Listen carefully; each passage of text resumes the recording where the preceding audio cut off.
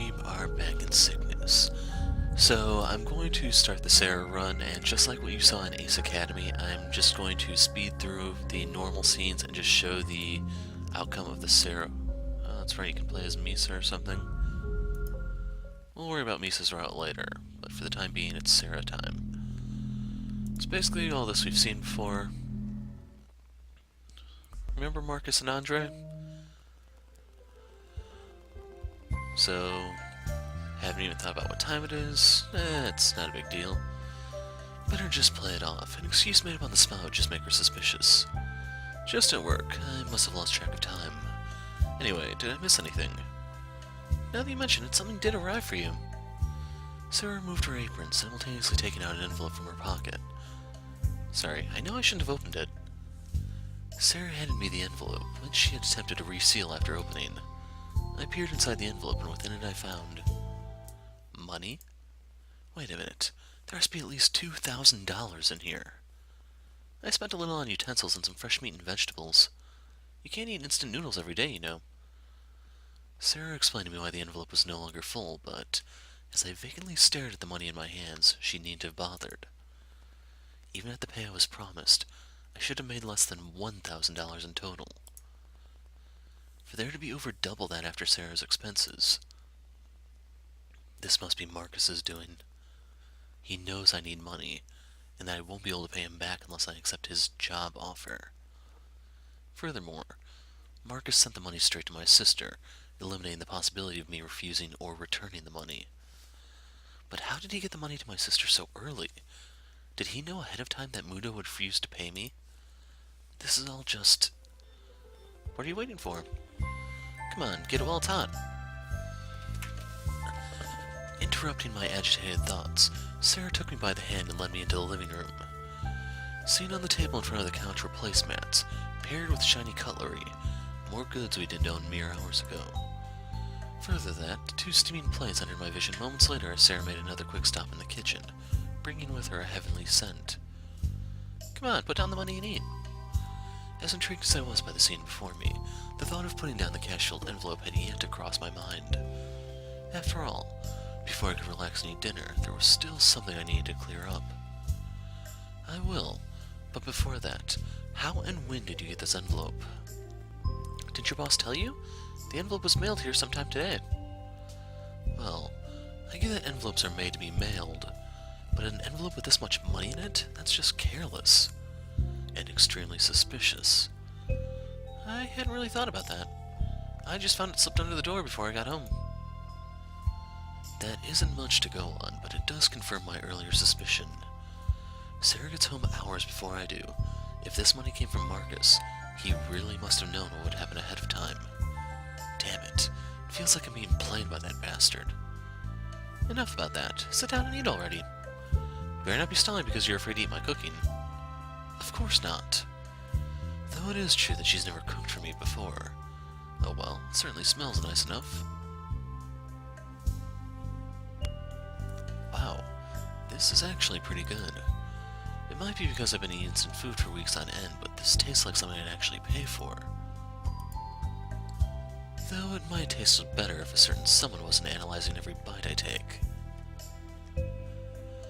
Maybe some feedback will get Sara off my back. Whoa, this is amazing! You really think so? Absolutely. You'll make a great wife one of these days. Jeez, what are you talking about? Who would be a great wife? Don't sell yourself short, my dear sister. Any guy would be lucky to have you. Though I suppose your attitude and sense of style could use some work. You really think that... Wait, what was that? You're the last person in the world who should be lecturing me on my style. No, I meant it as a compliment. How is that a compliment? Now this is more like it. Sara's so much fun to tease. She's really easy to wind up. Whatever the case, it really is nice to be eating real food again. What are you talking about? It's only been a couple of weeks, you know. For you, maybe. But I've gone from a month of hospital food straight to nothing but instant noodles. Oh, right. I guess it has been a while for you. As much as I try to sympathize with Sara, my life hasn't been so grand lately either. After suffering a severe head injury and losing months' worth of memories as a result, I received the grim news that our parents had been killed in a car crash. Worse, since the circumstances surrounding the crash were deemed suspicious, their assets were frozen, leaving Sara and I without a dime. Finally, without any close relatives who we could rely on, I had little choice but to quit school and find a job, assuming responsibility for Sara's well-being. So now, after suffering so much hardship in such a short amount of time, being able to indulge in a peaceful home life like this is a dream come true. By the way, you're right, it is nice. It feels like we've finally gotten some piece of our old lives back. I couldn't agree with you more. And with that in mind, dear sister, what will be the next step of the Tesla family restoration project? The what? If we're going to restore our lives to what they were, we need to plan out what we're going to do. What's next? A car? A bigger TV? A live-in maid? Like I'd let you get a live-in maid, you pervert. But you do have a point. We should have some kind of plan to manage from now on. What do we need next? There are a lot of things still missing from this house. The facilities work, and we have minor luxuries like a television and refrigerator, but still a far way off feeling like home. It's not something we need to figure out right now. Just give it some thought. Right. I shouldn't get too excited about spending money we don't even have yet. Besides, we should get to bed soon anyway, so... Right, we should get a second bed. Huh? I mean, even if there's only one bedroom in this house, there's still room for another bed. That way we wouldn't need to share anymore. I'm sure many people would get the wrong idea if I said I sleep with my sister, but there's really nothing dubious at play here. This house only has a single bedroom, and until now we couldn't afford a second bed. Furthermore, when I suggested that I take the couch, Sara insisted that I needed to sleep properly for work, and I could tell she didn't want to be left alone in an unfamiliar house. Given the situation, I'd say her decision was correct. That's a waste of money. It is. But don't you want a bit of your own again? I mean, surely you're sick of... Focus on things we need, not things we want. Besides, it's getting late. We should think about it tomorrow. I guess my idea wasn't as bright as I thought. Maybe Sara isn't ready to sleep alone just yet after all. Regardless, Sara was right about one thing. We shouldn't get too excited about spending money we don't even have yet. I should have told Sara where that money came from, and that there might not be any future payments like it. But I let the atmosphere go to my head, afraid to break the mood. For the first time since our parents died, Sara was happy, and if tonight pans out, I'd be satisfied with merely prolonging her happiness, even just temporarily.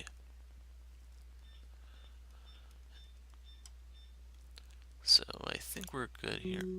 Yeah, so let's skip forward again. Ah, crud. Okay, we can skip. Decline.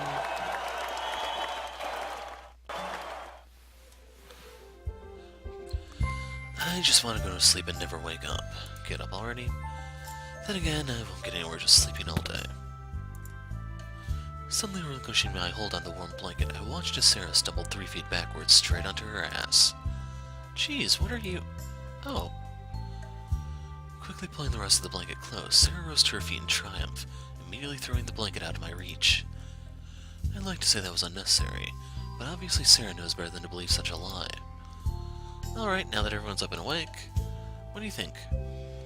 Sara half turned her body from side to side, causing her skirt to chase her body's movement.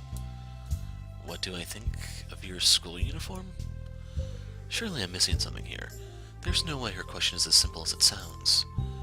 There must be some kind of secondary question hidden behind a layer of teenager girl code. Honestly, there are limits to how ignorant you can be. We've been wearing the same clothes every day for the past 2 weeks. How could you not notice? We have? Wait, they're always clean clothes when I get out of the shower. That's because I wash them while you're bathing. Oh, I see. Then, what have you been doing with your clothes? I've told you before, haven't I? Don't underestimate your resourceful little sister. I see. Tell me of your elaborate system, dear sister. With pleasure, my dear brother. While you're in the shower, I put your clothes in the washing machine. After washing your clothes, I take off my own clothes, change into yours, then wash my own. Finally, I change back into my clothes and put yours back where you left them. Incredible. You really are resourceful. Of course. It may be convoluted, but desperate times call for desperate measures. Impressive nonetheless. I'll never doubt you again. We were really that low on clothing? I guess yeah, I think this is the only one that's kind of neutral. The other ones might agitate her. I guess we did only bring the bare essentials when we left home. Sara brought her school gear, I brought money and food. I can't believe we were that low on supplies. We did get into quite a situation. That's now been rectified by yours truly. Sara swung open her wardrobe and displayed an array of outfits, all brand new and still bearing their original tags. She must have done more shopping yesterday than I thought. Either that, or I woke up even later than usual. So, what do you think?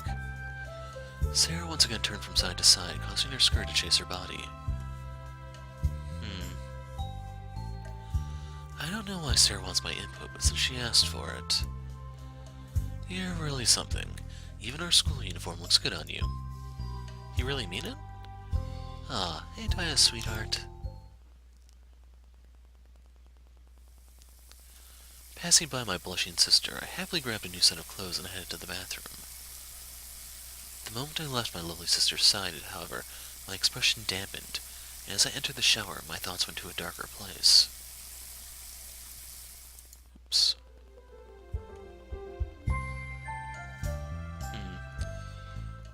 Here we go. Sara moved closer, tugging on my shirt and pants to gauge how well they fit until she inevitably reached my face. You could do with a shave. Other than that, I'd say you cleaned up pretty nicely. I really am a miracle worker. Trying to assume responsibility for my good looks, huh? Good looks? Name one girl who's ever told you that you're handsome. And family doesn't count. Ouch, she's got me there. Right. Sara let out a gasp of realization as I set my sights on her cereal. She hurried back into the kitchen and returned a split second later, carrying with her another bowl matching her own. Sara placed it on the table, positioning it right next to hers and pairing it with a spoon. Come on, eat up. You have a big day again today, don't you? Sorry for doubting you. Doubting me? When did she... I guess 2 weeks of instant food was causing her to lose faith in me after all. Sara probably thought my first paycheck was never going to come, and she isn't the only one. In response to her sincerity, I walked over to my sister's side, kissing the top of her head before sitting down myself. Don't worry about it. It's in the past now. From this point on, just focus on studying. Let me take care of the rest.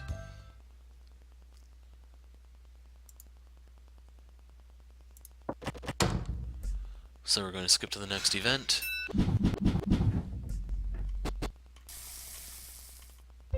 Okay, there weren't any choices here, so I'm just going to skip. That's her noticing the bruising and bandaging you and stuff. As I returned to the living room, I found Sara waiting for me, wearing a complicated expression as she did. Although her greeting when I returned was as enthusiastic as ever, her energy seemed to deplete in an instant, and even now she doesn't seem too happy. Did she notice the bruises after all? Or was there something else at play here? Took you long enough. It's beginning to think you drowned. Well, at least she's trying to brighten the mood. Though with Sara the sullen, that should really be my job. Oh well, at least I'd ask for her help. If Sara knew why it took so long, she'd be even more depressed. So, what's for dinner? I almost forgot. Sara brightened up the moment those words left my mouth. She rushed into the kitchen, threw on a pair of oven mitts, and pulled out of the oven what she wanted to hail as her greatest feat to date. Rather than grace the senses with a wonderful odor, however, Sara instead showered us with cursing and cries of annoyance. No, damn it. Surprised by Sara's uncharacteristic frustration, I entered the kitchen myself, immediately assaulted by a foul odor and ample smoke. Sara removed from the oven a burned mass of meat, well beyond recognition by this point.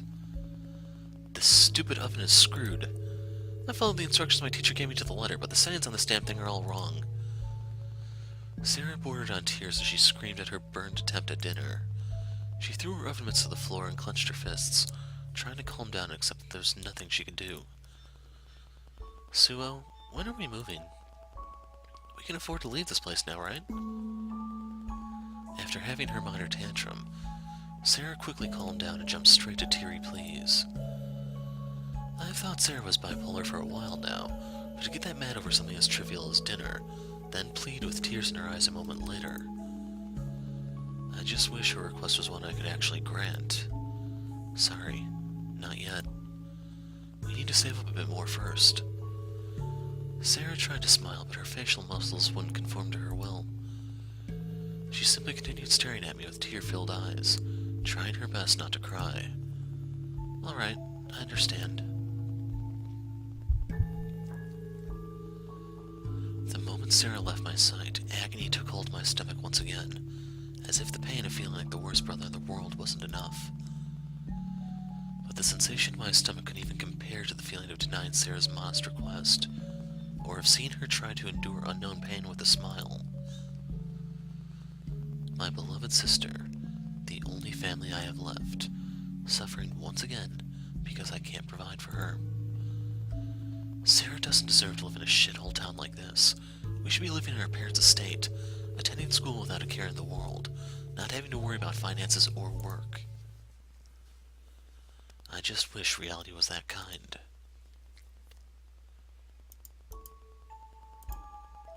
After a night of much-needed rest and bitter tears, I woke up with my sister's face still buried in my chest. It had taken considerably longer than usual for her to fall asleep, completely throwing off our routine. Further drama added to our already complicated lives. Usually I'm the one who stays awake worrying about our future, but last night my body was far too sore to permit such unnecessary extra fatigue. Whatever is going through Sara's mind, it was enough to force us to switch roles, if only for the night. No matter what excuses she makes, the proof that something is wrong has now soaked the front of my shirt.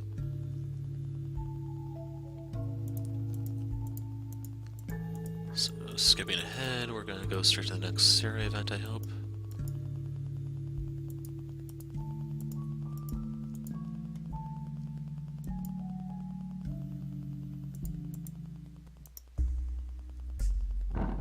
So right here,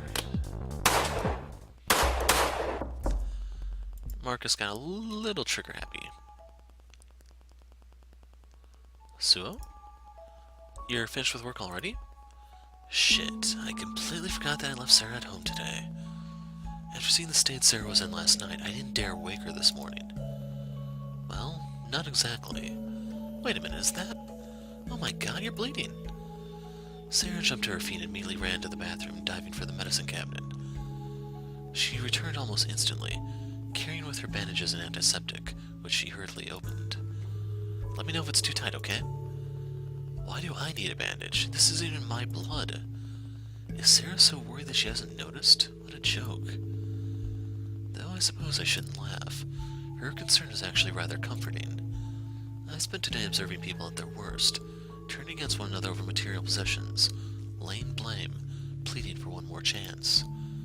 It's nice to be reminded that not everybody is like that. Is this too tight? Tell me if it hurts, okay? Relax, I'm fine. It's just a little blood. You don't have to. No, I do have to. Let me fix this. I'll be done in a minute. I guess Sara isn't willing to listen to reason. She's going to tend to my injuries, and I have no say in the matter. Maybe this is for the best. I don't like to see Sara worried, especially when it's my fault, but it beats the depressed state she was in this morning. I'll take worried Sara over depressed Sara any day.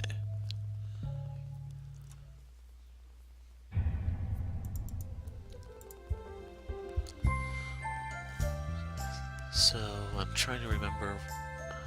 let's just go forward. I was going to try to think if there were any choices we had to make with Sara, but I can't remember the name of the chapter, and I don't want to go back to look. Almost 2 weeks have passed since my first day in the life of Marcus, and with every day I found myself growing more confident and resourceful. We started out doing collections as we'd done on our first day at work, and worked our way up to doing deliveries as well. Apparently some gamblers actually win, even if their luck doesn't last. Since we usually finish around midday, I've been spending my afternoons sparring and training with Andre. Slowly but surely I'm improving. My injuries have lessened with every match, and my rate of recovery is at an all-time high. My tailbone no longer feels like it's broken. I'm able to dodge most of my opponent's blows, and I'm barely suffering a single bruise.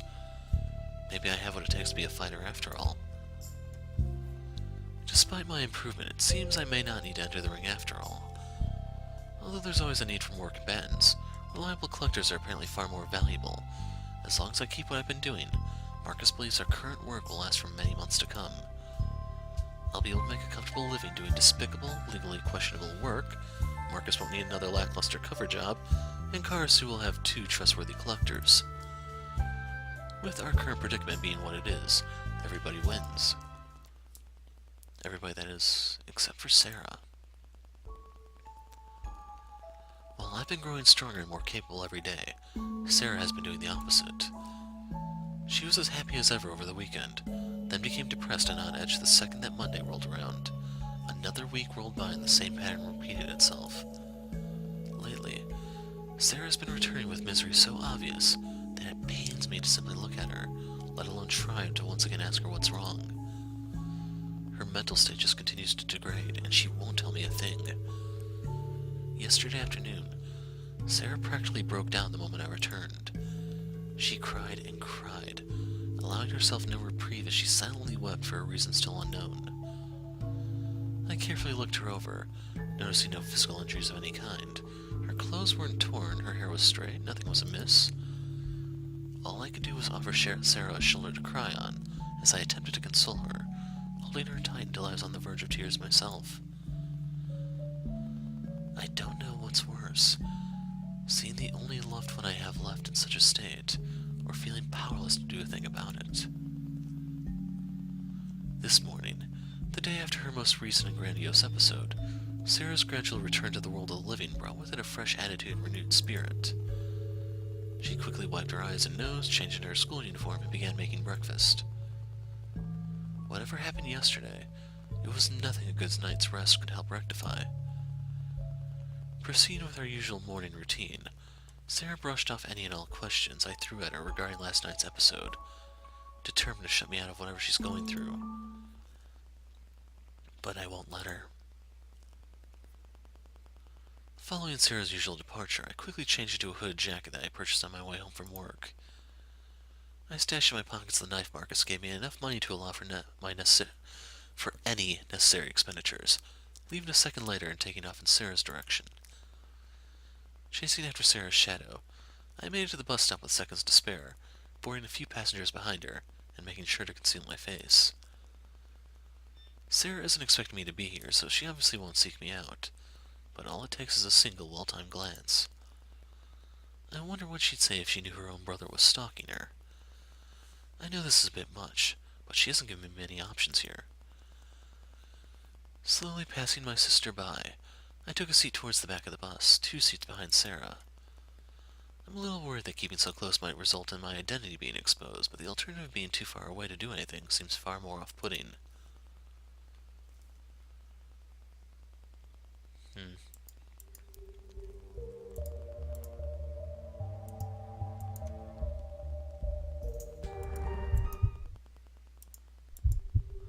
So there's Lucia. I guess there aren't any choices for me to make here. Maybe here, I guess. I don't know if this is a new CG or not. Protruding from his chest was the tip of a knife, taking with it bone and cartilage from his spine.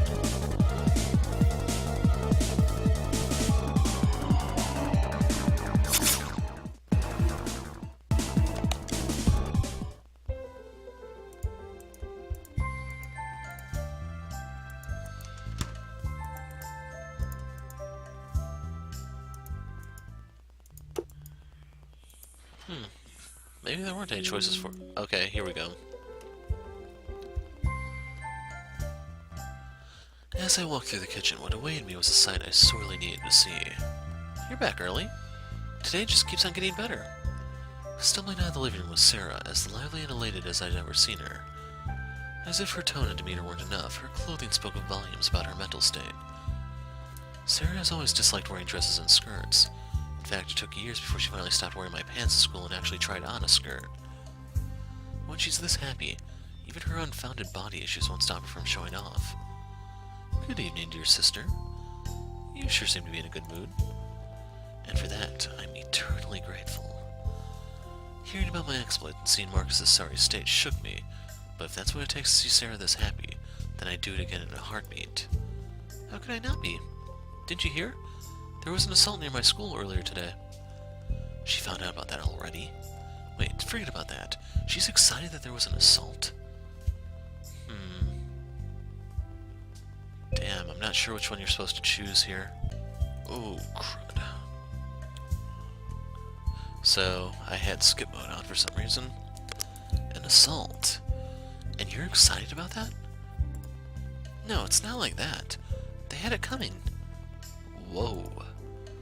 Anyway, like I was saying, these two, criminals, they abducted a girl from my school. They grabbed her on the way to school, between the train station and the school gates. She tried to break free, but the two guys were too strong for her.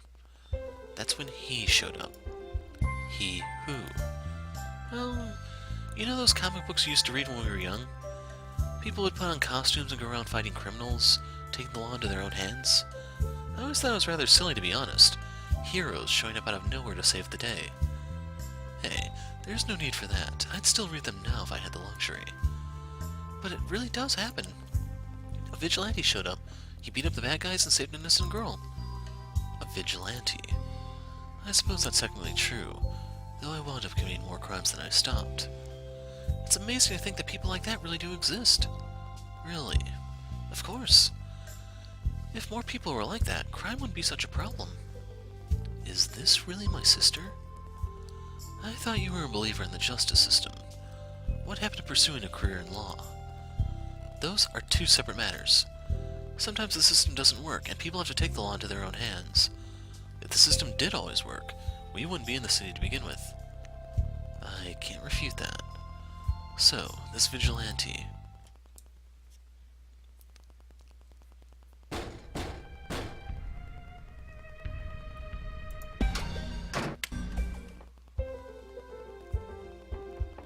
Off she goes. Now that Sara's stalker's been dealt with, she's returned to her usual chipper self. If anything, she's now more lively than ever. Hey, can you turn the TV up? Forget lively. Sara was never this happy in our old home. Not that I can fault her for being happy. The only downright odd behavior she's displayed since last night is her newfound fascination with the news. Was that when she was in the couch, or the blanket cocoon? I don't remember, and I kind of sped through. She watched it on and off last night. Today she's had it blaring since the moment I woke up. But her obsession isn't at all that bad for me, so I have no plans to stop her. On the contrary, I've already begun to make use of it.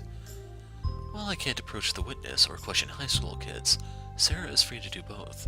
Better yet, she seems to know the girl, and was thus able to tell me all about her. You want to know more about the witness? I guess it can't be helped. I'll impart upon you a portion of my great knowledge. First off, her name is Lucia K. She's 1 year younger than us, and she's in the grade below me at school. Lucia doesn't really have any friends. I don't think many people even knew her name until yesterday. Let's see, what else? Lucia isn't very interesting. Above average grades, average looks, below average physical fitness. But get this, her family is well off, but they don't seem to get along. They're actually really ashamed of Lucia. Because of that, they won't let her have any fun. She can't go to birthday parties, she doesn't have a computer, she lives a really boring life. She waits in her room alone, wishing for someone to save her from her fate. Always playing the hopeful loner, seeking companionship, praying for the freedom that others take for granted. Or at least that's Sara's interpretation of Lucia's situation. Regardless, it does fit my impression of the girl, and Lucia seems nice enough. She doesn't sound like the type to brag to her friends about what really happened, or to hand her savior over to the police. All that's left now is to have Sara confirm a few of my suspicions, and my mind will be completely at ease.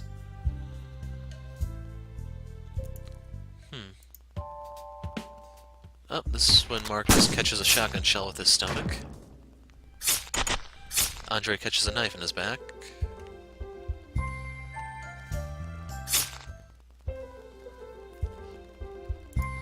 So, here we go. Today, however, Sara's been playing detective, and for once, Brother Dearest is all ears. I talked to Lucia today. You know what she said? My dear sister, half the time I don't even know what you are saying. Wait, why does that name actually sound familiar? Lucia. Is she a friend of yours? You don't remember? She's the girl from the news, you know, the one saved by the Vigilante? Right, I remember now. Or rather, how can I forget? Her name slipped my mind after what happened today, but the girl herself won't soon be forgotten. Anyway, I asked her about what happened near our school yesterday, but apparently one of the attackers knocked her out, so she doesn't remember much. All she could really confirm was that the Vigilante rescued her and disappeared without a trace. Knocked out, huh? Well, that's one way to get people to stop asking questions. Sara's giving this girl too little credit. But is that it? After a full day of interrogation, surely Sara got more out of her than that. Does she know anything about the police investigation? I know it's only been a day, but have they made any progress? I got your attention after all. Apparently the Vigilante didn't leave a trace. No murder weapon, no fingerprints, no signs of forced entry, he just vanished. Really? I mean, I did take my weapon with me, and I did need to break in, but no fingerprints? I didn't wear gloves, and I'm sure I touched at least the floor during my scuffle with the second attacker. Did Lucia clean up after I left? Or do I just have a knack for crime? Whatever the case, I'm not behind bars, so I guess I couldn't have done too badly. Anyway, enough about that. How was your day? You're back again early today. Did you change shifts or something? Right. As far as Sara knows, I'm still working for Mr. Mudo, pulling long, physically demanding shifts at that damn warehouse. I guess things would be easier if I told Sara that my hours have changed. At least then I'd have more freedom to come and go as I please.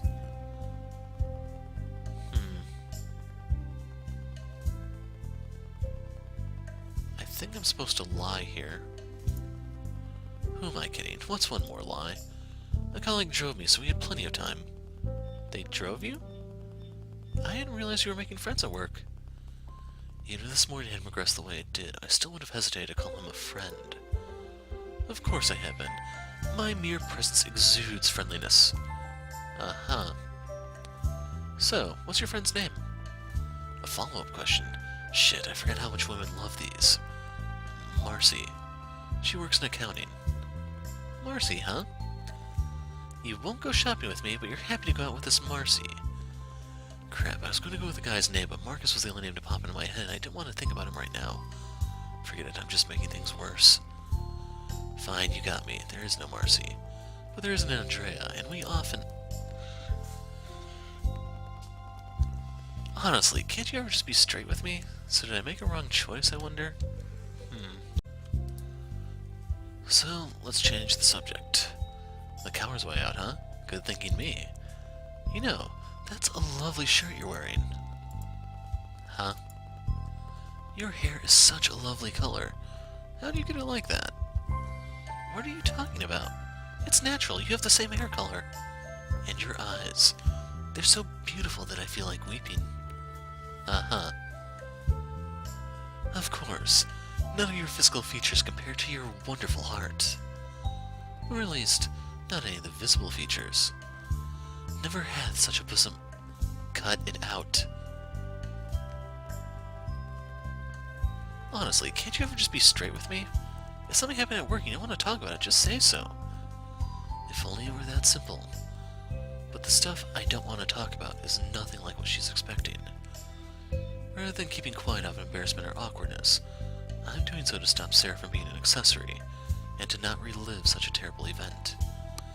Even so, I do owe her some kind of explanation, and my work hours will probably continue to shift in the future. I better prepare Sara for what's yet to come. Well, I was going to wait until the change was finalized before telling you, but I changed positions at work. Struggling to avoid my sister's prying gaze, I attempted to phrase my excuse so that it wasn't technically a lie.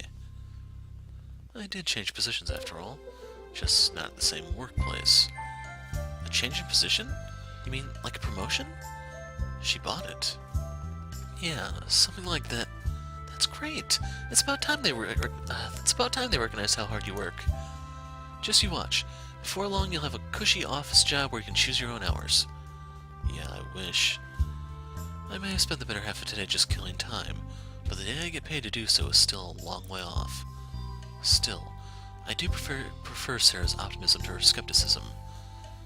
I'll take overly enthusiastic and unrealistic over gloomy and suspicious any day.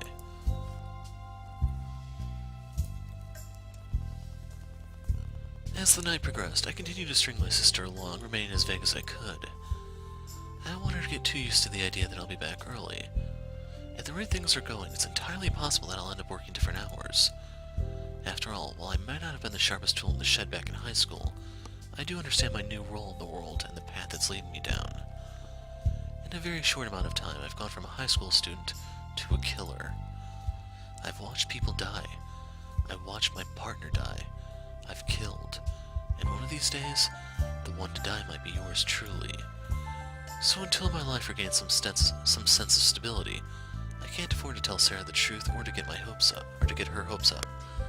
My god, I can't read anymore. All I can do for her now is to continue providing, and to stay alive.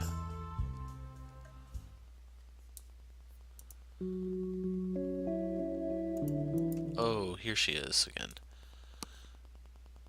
Why am I up this early? Not that it matters for me. It's not like I have to wake up early given my new career, but as for Sara... Morning, Butterfly. I sat down next to Sara, who was wrapped up in a blanket cocoon style. Butterfly?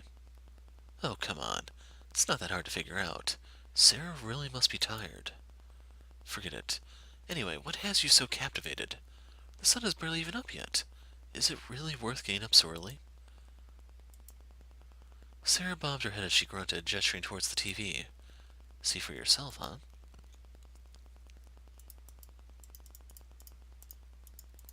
So here Lucia starts to go on a rant. I am so screwed.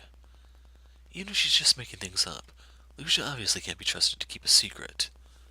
I thought I could leave her alone. I thought I could trust her to keep her mouth shut after what I did for her. But if this is how it's going to be, then I'll have to... kill her. It's a little worrying that my mind jumps straight to that conclusion. But I can't say it's wrong.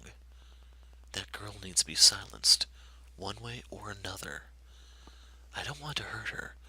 I really don't want to hurt a young girl whose only crime was being in the wrong place at the wrong time. But at the very least, I need to talk to her. I guess that's it for the time being. Still a few hours before school. What am I supposed to do now? You could start by getting dressed. Dressed? What a strange sister I have.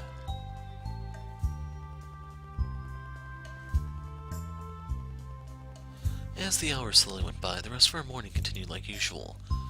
Sara showered, got dressed, made breakfast, and inevitably left for school. I followed much the same routine, gleefully filling my stomach and lazing about as I wondered what kind of misery my work would bring. But as I witnessed the sight of a uniform-clad schoolgirl leaving the house, I recalled that I had another mission for the day, dealing with Lucia K. So no Sara event here.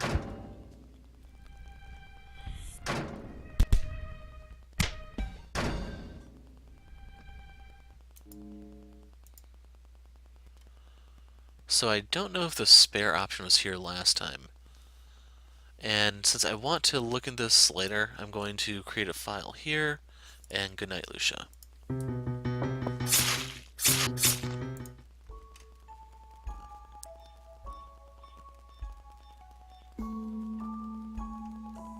Hold still.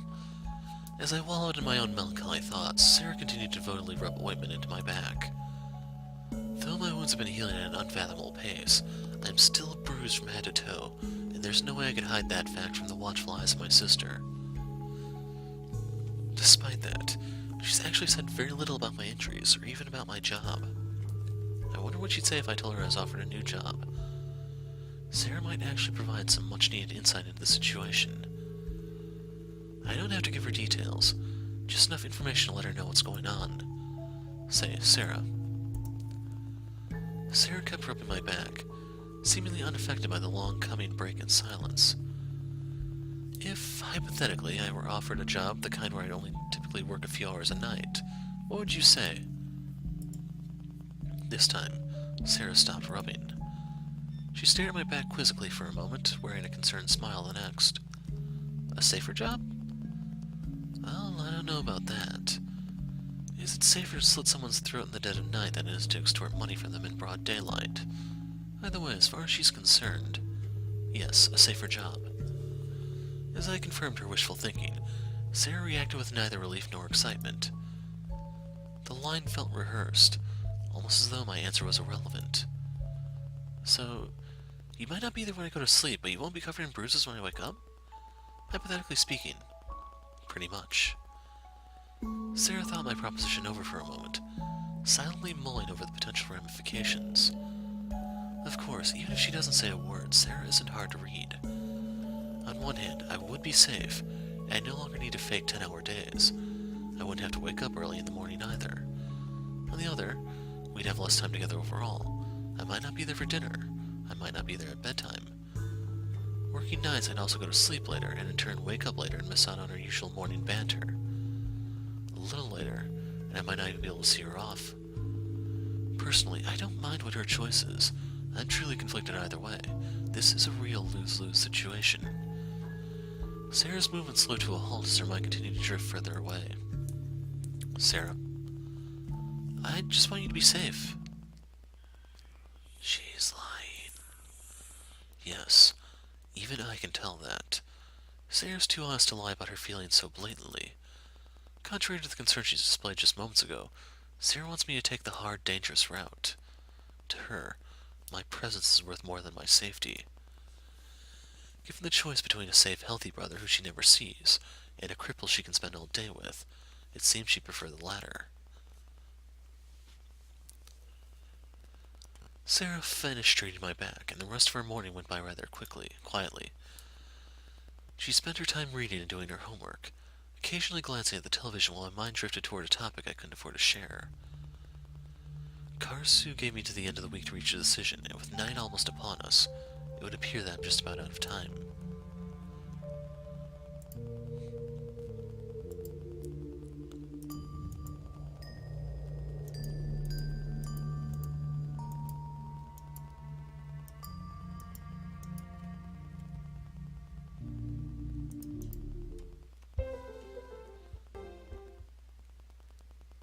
I found my sister staring at the television, groaning under her breath. Sara, what's wrong? Nothing's wrong. Despite her claim, Sara continued to stare at the television, quietly voicing her discontent. What, are you trying to turn it on telepathically? Shut up. Aiming telekinetically. Ouch. Even when she's miles away, Sara still corrects me. Do you want me to turn it on for you? No, I told you, I need to do my homework. Fine, I'll turn it on. Honestly, if you want to watch TV, just say so. I'm the last person who would berate someone else for not doing their homework. Sitting in front of the television, not accomplishing a thing, I resolved myself to simply enjoy my sister's company. While she completed her homework, intermittently changing channels on the television, I slowly drifted off, both bored and content with our current arrangement. We watched hour after hour of dramatized rubbish and copious advertising, wasting the remaining sunlight without regret. But as the day dragged on and dinner time approached, Sara and I were finally graced with something we both wanted to watch. Or in my case, something I needed to watch.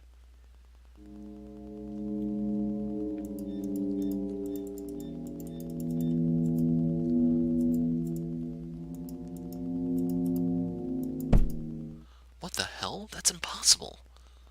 She can't be alive. I slit her throat wide open. Uh-oh. No, I mean, the Vigilante wouldn't do that, right? It doesn't make any sense. Nobody said it was the Vigilante. Though they do seem to be implying it. Nobody wants your opinion. Even after Sara turned the television off, I continued to recede into my own mind.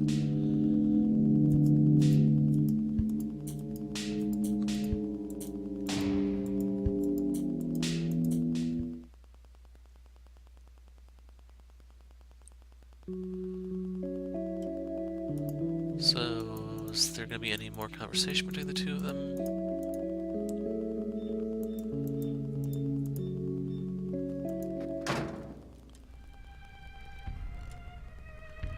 So I think we have to decline this. You get forced into taking it regardless. So I'm just gonna go through these real quick. I went through them all before, I think. Yep, meeting time.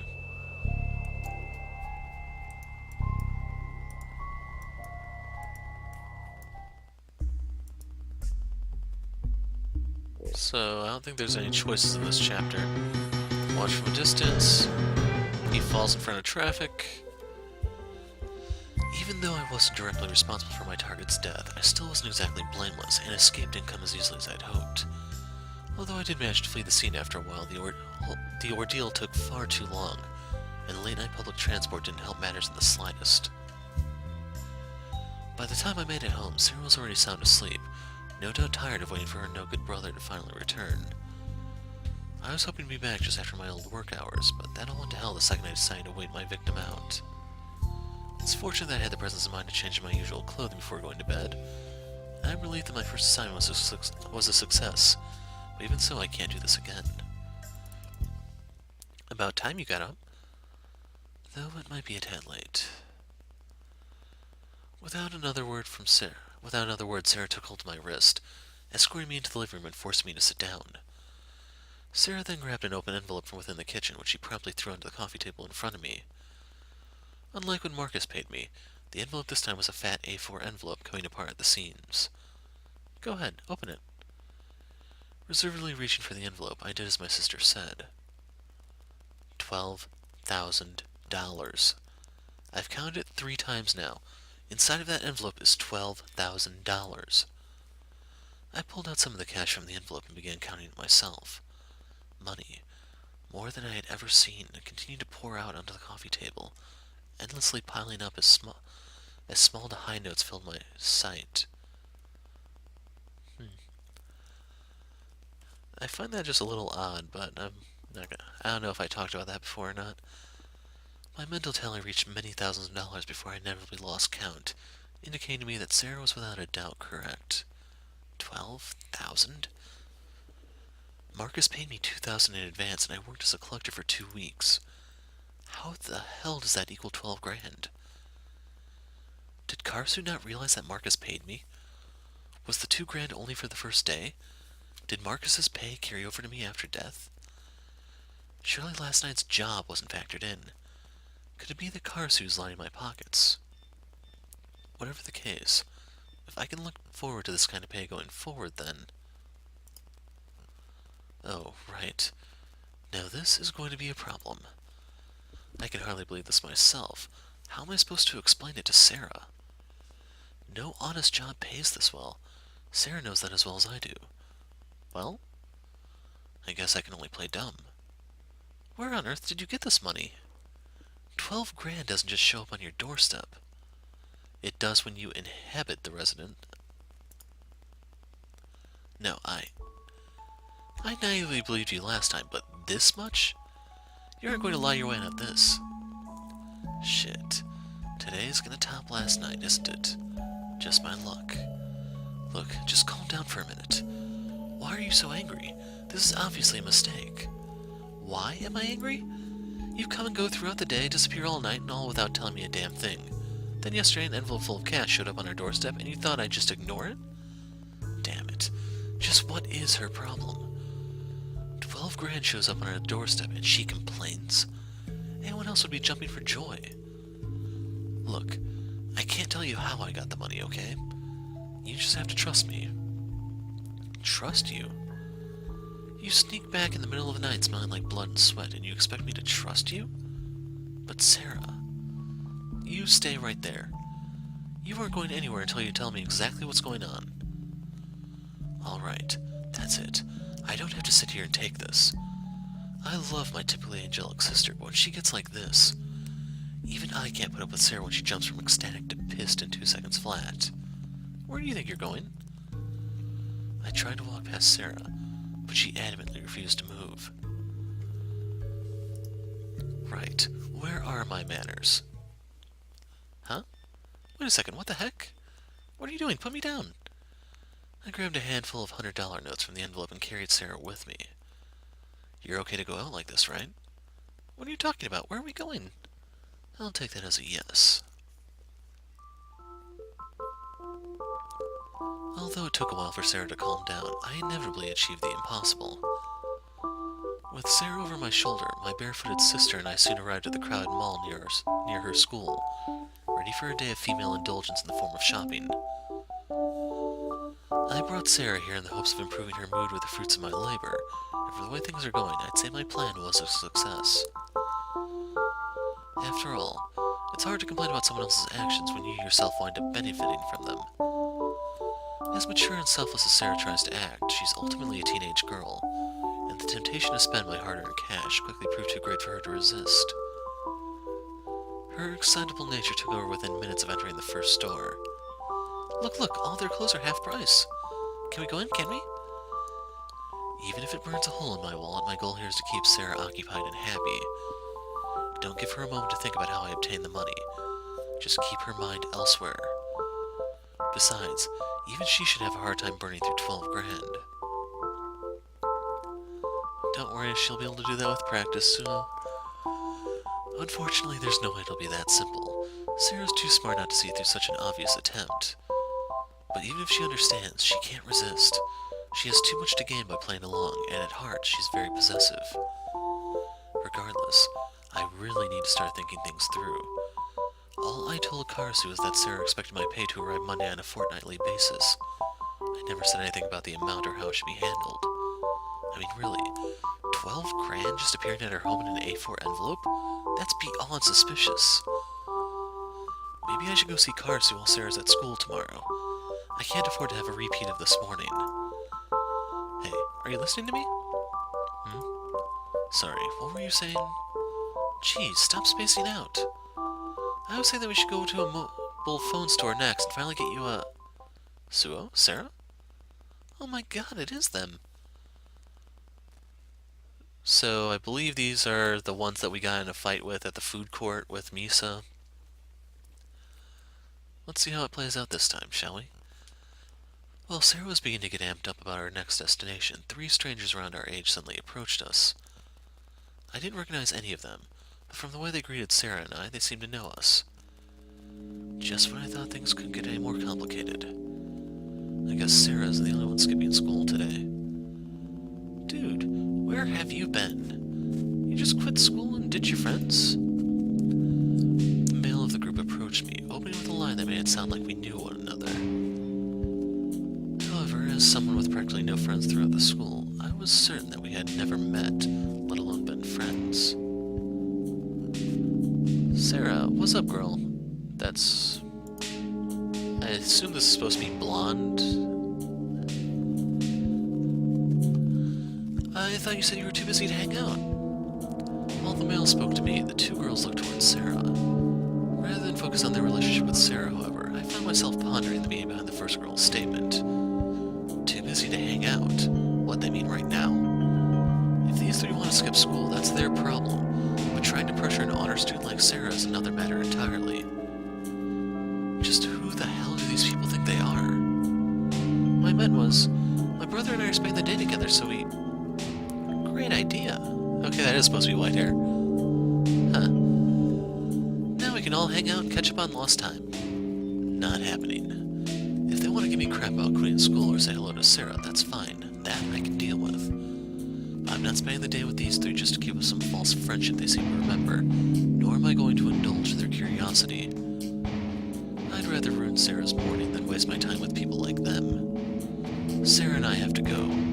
I promised I'd take her to buy some things for school. Yeah, that's right. Sorry, maybe some other time. Don't be so cold, man. Come on, let's go see a movie or something. Yeah, it's been like forever since we all hung out together. No, we've never hung out together. I guarantee it. No, we really do have to go. Sorry. Sara squeezed my hand tight as she spoke. You don't want to share your brother with the rest of us, am I right? Not that I blame you.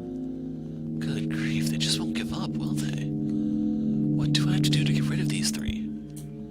You know what you must do.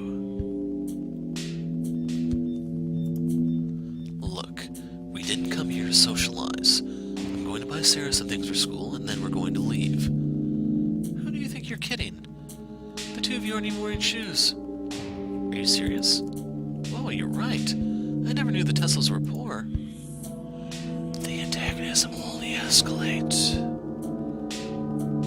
So that's it, Sara.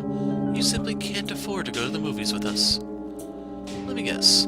Your deadbeat parents left and Suo failed to pick up the slack. I figured something like that would happen sooner or later. With a worthless brother like yours, it was only a matter of time before your parents wised up and vacated. I remained unmoving, determined not to respond to the petty words of the person before me or the voice in my head. Sara, however, didn't seem to be coping so well. She glared at the boy angrily, holding her fists at her sides. See, that's the problem with people like you, Suo. You bring misfortune to everyone around you, dragging them down to your level. You have no friends, no motivation, and you've always picked fights with others. You really are a hopeless case. Even people who pretended to like you were always...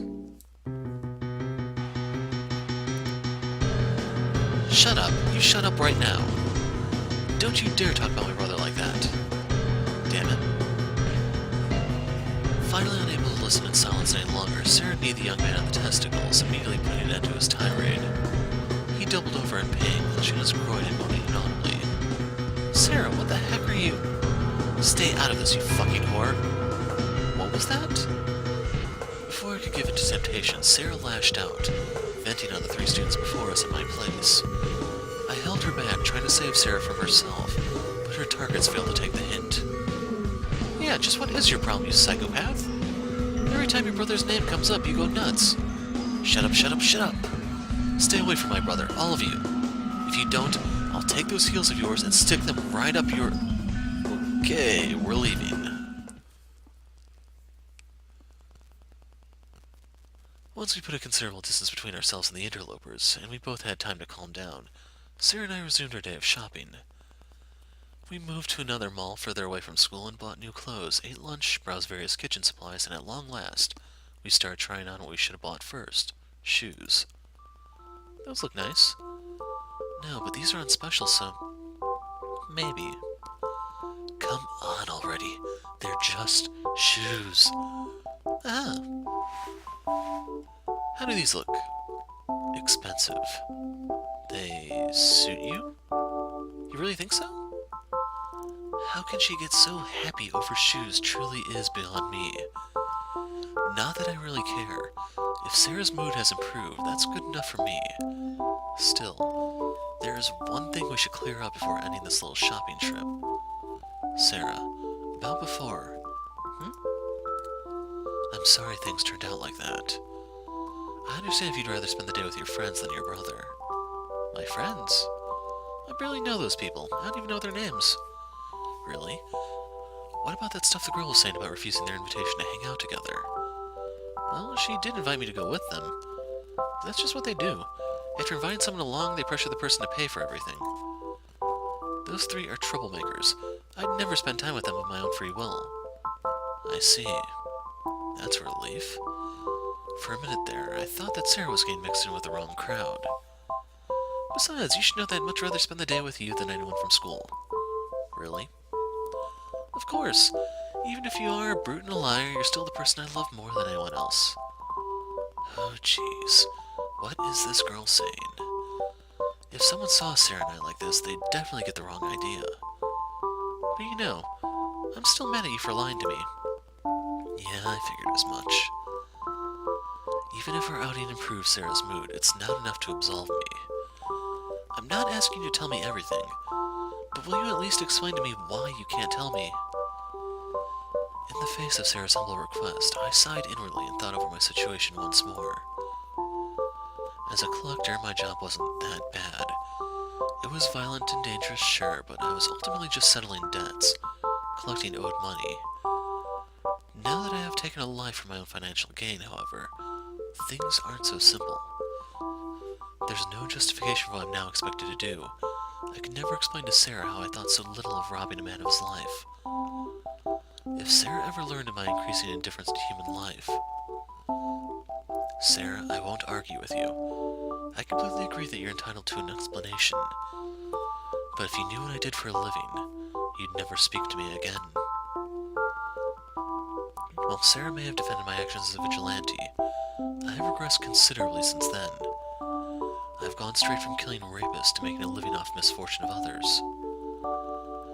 My path is not one she could stomach, let alone condone. You idiot. Like that would ever happen. She doesn't believe me? So you're ashamed of your job, huh? I see, so that's why you didn't want to tell me. Jumping to a misguided conclusion, Sara let out a sigh of relief. Even as she misinterpreted my words, however, I didn't have the heart to correct the misunderstanding.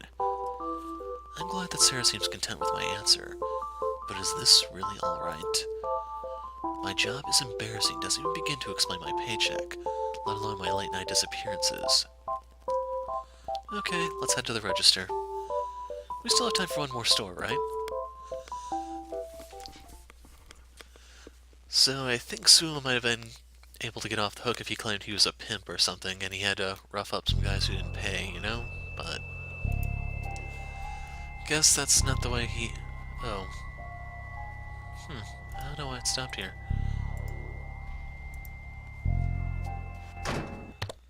Yeah, it stops at really weird times.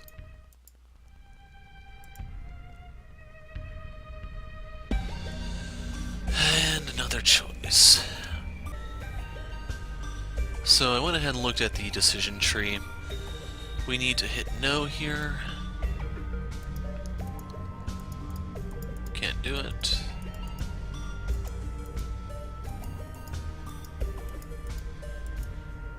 I think you still have to go.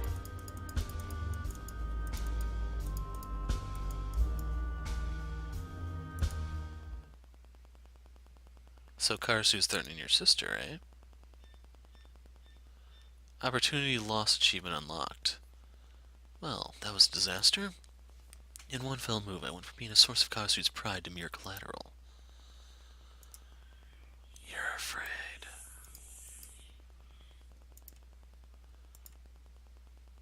Everything, everyone in this damn town is all just...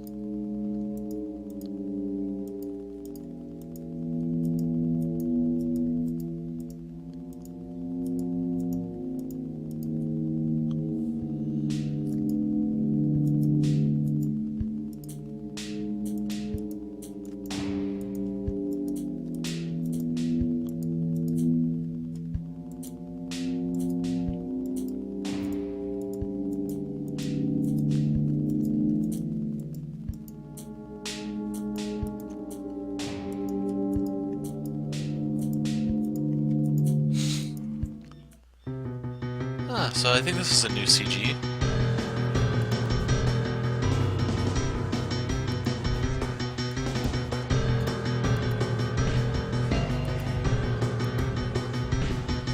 So I'm kind of curious if you can die here. I'm going to create an alternate save just in case there's another achievement here.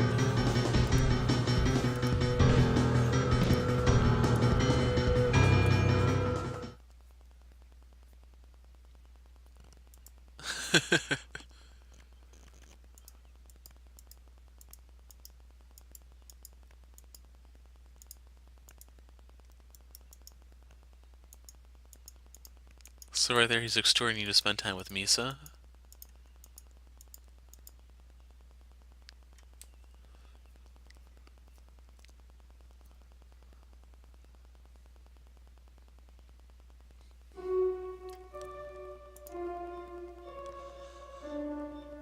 Aside from the Friday night meeting, the only trustworthy event was the shopping trip. I know Sara can be a handful, and I've thought for a while now that she might be bipolar. What I saw that day was unreal. Sara's always hated violence. I'm the violent one, not her. And yet, when that boy from her school started to insult me, she completely lost it. Sara kicked and screamed and did everything in her power to inflict damage upon him. If I wasn't there to hold her back, there's no telling what might have happened. Of course, even forgetting about the shopping trip itself for a moment, there's still the reason behind our outing. I only took Sara out in order to distract her, hoping I could calm her down by showing her that no matter how I got it, the money was ours. And thankfully in the end, I did manage to calm Sara down. I allowed her to misunderstand what I meant, letting her believe that I was simply too ashamed of my job to tell her what it was. For the time being, no matter how short-lived our relationship has returned, No matter how short-lived, our relationship has returned to normal. What currently concerns me most of all is my personal life, however, or even my job. Rather, the biggest concern I have right now is my training with Sai.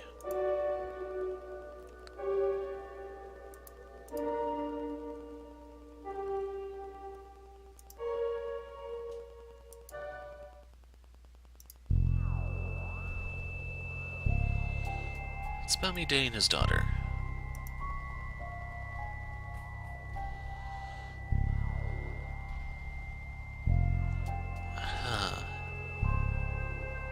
I've thought about it, I think is the way to go. Okay, that's just her staying by the tree. For chapter 10 here, as far as I know, there's no decisions to be made. I don't know if this is when we'd run into the delinquents or not. But anyway, I'm home. 4:30 p.m., huh? Well, I was close enough. Sarah probably just missed the bus or something. Afternoon, sis. Yeah. Responding half-heartedly, Sarah immediately averted her gaze, showing no sign of her usual enthusiasm. Unfortunately for Sarah, her aversion simply gave me the opportunity to show twice in one day that even I could read people. I know that look.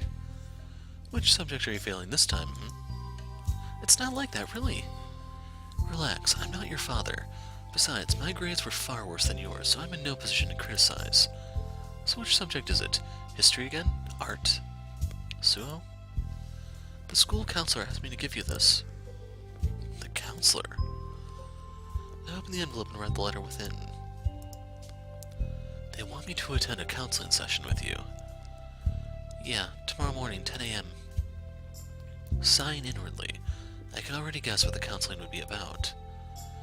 They do know that it's been over a month since our parents died, right? It's a little late now. Damn, like I don't have enough on my plate already. And what makes a school counselor think they're qualified to handle family deaths anyway? Isn't that a little far out of their pay grade? Can you make it? I know you're probably busy with work, so I can understand if you can't. I frowned at the letter, mulling over its contents. Sarah's wishes in my new career. 10 a.m. is a really bad time. I can't meet up with both the counselor and Misa at the same time. Hell, even if I wasn't meeting with her, I still wouldn't want to go to some stupid counseling session. But this isn't about what I want. It's for Sarah's sake, not mine. So, since we're on the Sara route, this is one of the big decisions. I'm such a softie. Don't worry about it, I'll figure something out. You will? You'll come? 10 a.m., back at that shithole I used to attend. I'll be there. As night blanketed the city and my sister fell into a deep sleep, I wandered about the dark streets surrounding my destination for the night. This is all stuff we've seen before. I don't think any of these choices matter. Move in. Hang on a second. I may be late to tomorrow's rendezvous. What are you talking about? I knew he'd be mad. It's not that I want to be. I need to take care of something at my sister's school. It starts at 10 a.m., so I should still be able to. It's fine. Do what you have to, then head home and freshen up. Really? He's okay with it? Thank you, sir. I promise I'll make it up to Misa. Damn right you will.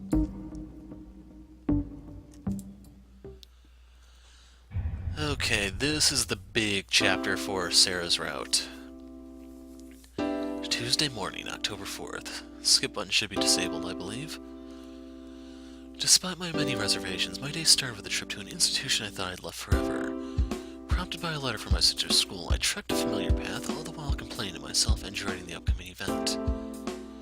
All the hypocrisy, the fabricated importance of depreciated classes, held only to keep teachers in jobs. Is that supposed to be deprecated? I may have misread that, but... yeah, I could go into a whole tirade about this part, but let's just keep going. The blissful ignorance displayed in the face of reality. School life here was filled with rubbish I wouldn't wish upon prisoners, let alone students. Sappers, I've said that multiple times. About places I've gone to. Why the hell did I even agree to do this? While my sister enjoyed her school life, I absolutely loathed it. marks are permanently below average, I had only a couple of friends, I frequently slipped through class, and I often got into fights with other students. I was almost expelled a couple of times, and I did get suspended on a number of occasions, but somehow, against all odds, I managed to keep my place there. The other students are probably amazed to hear that I left of my own accord, given that I was one strike away from expulsion. Furthermore, I quit before I was officially discharged from the hospital, so it's been over 2 months since I last saw any of my classmates. Would they recognize me now? Would they care? None of them should know the real reason why I left, unless Sara has been telling them, so chances are they assume the worst about me.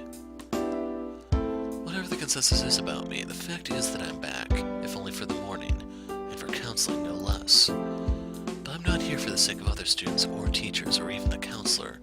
There's only one reason why I'm here, and she's already waiting for me inside. Mr. Tesla, I presume. Before I could reach the front office, a single teacher came out to greet me. Miss Counselor. Pleased to meet you. I'm Meredith Valance, your sister's counselor. My sister's counselor? What a load.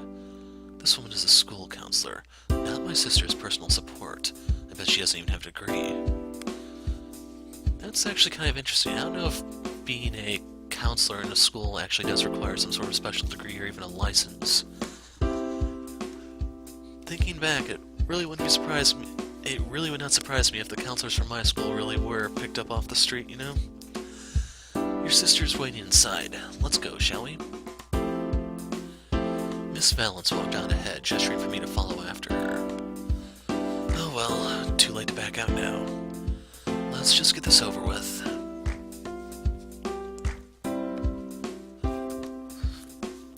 I followed Miss Valance into her office, wherein I found Sara, who looked quite unhappy to be there. I sat down next to Sara, which caused a brief smile to appear on her face, but the moment the counselor took her seat, the smile was gone. Now then, Mr. Tesla, did Sara tell you why I've asked you here? Enough with the Mr. Tesla crap. I was a student here myself a couple of months ago. Why is she acting like I'm Sara's father? I'm guessing this is about her parents. Yeah? No, not exactly. As a school counselor, I believe that issue to be a little outside the scope of my position. No kidding.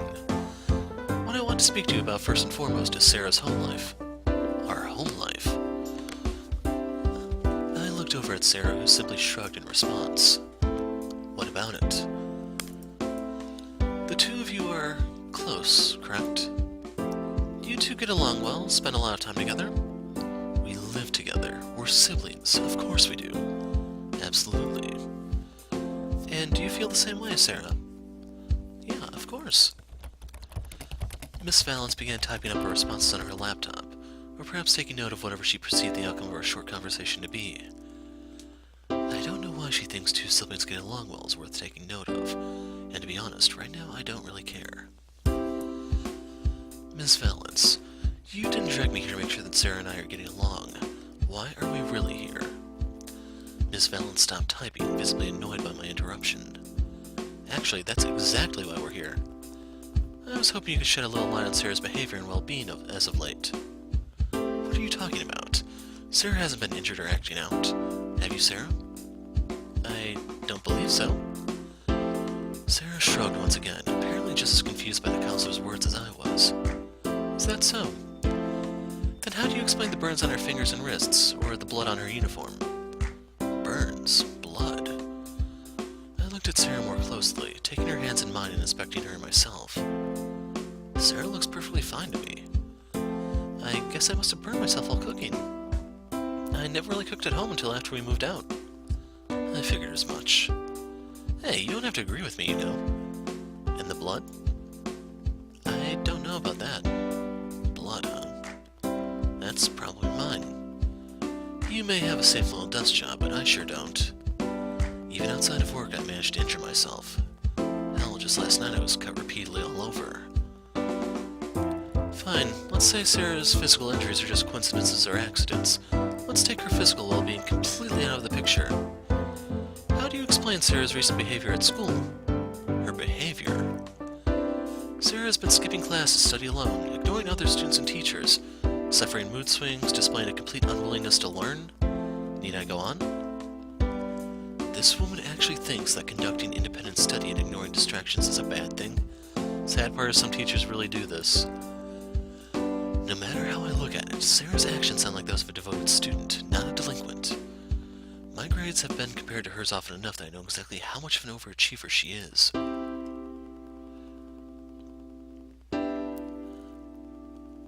Am I missing something here, or is this woman just trying to find drama where there is none?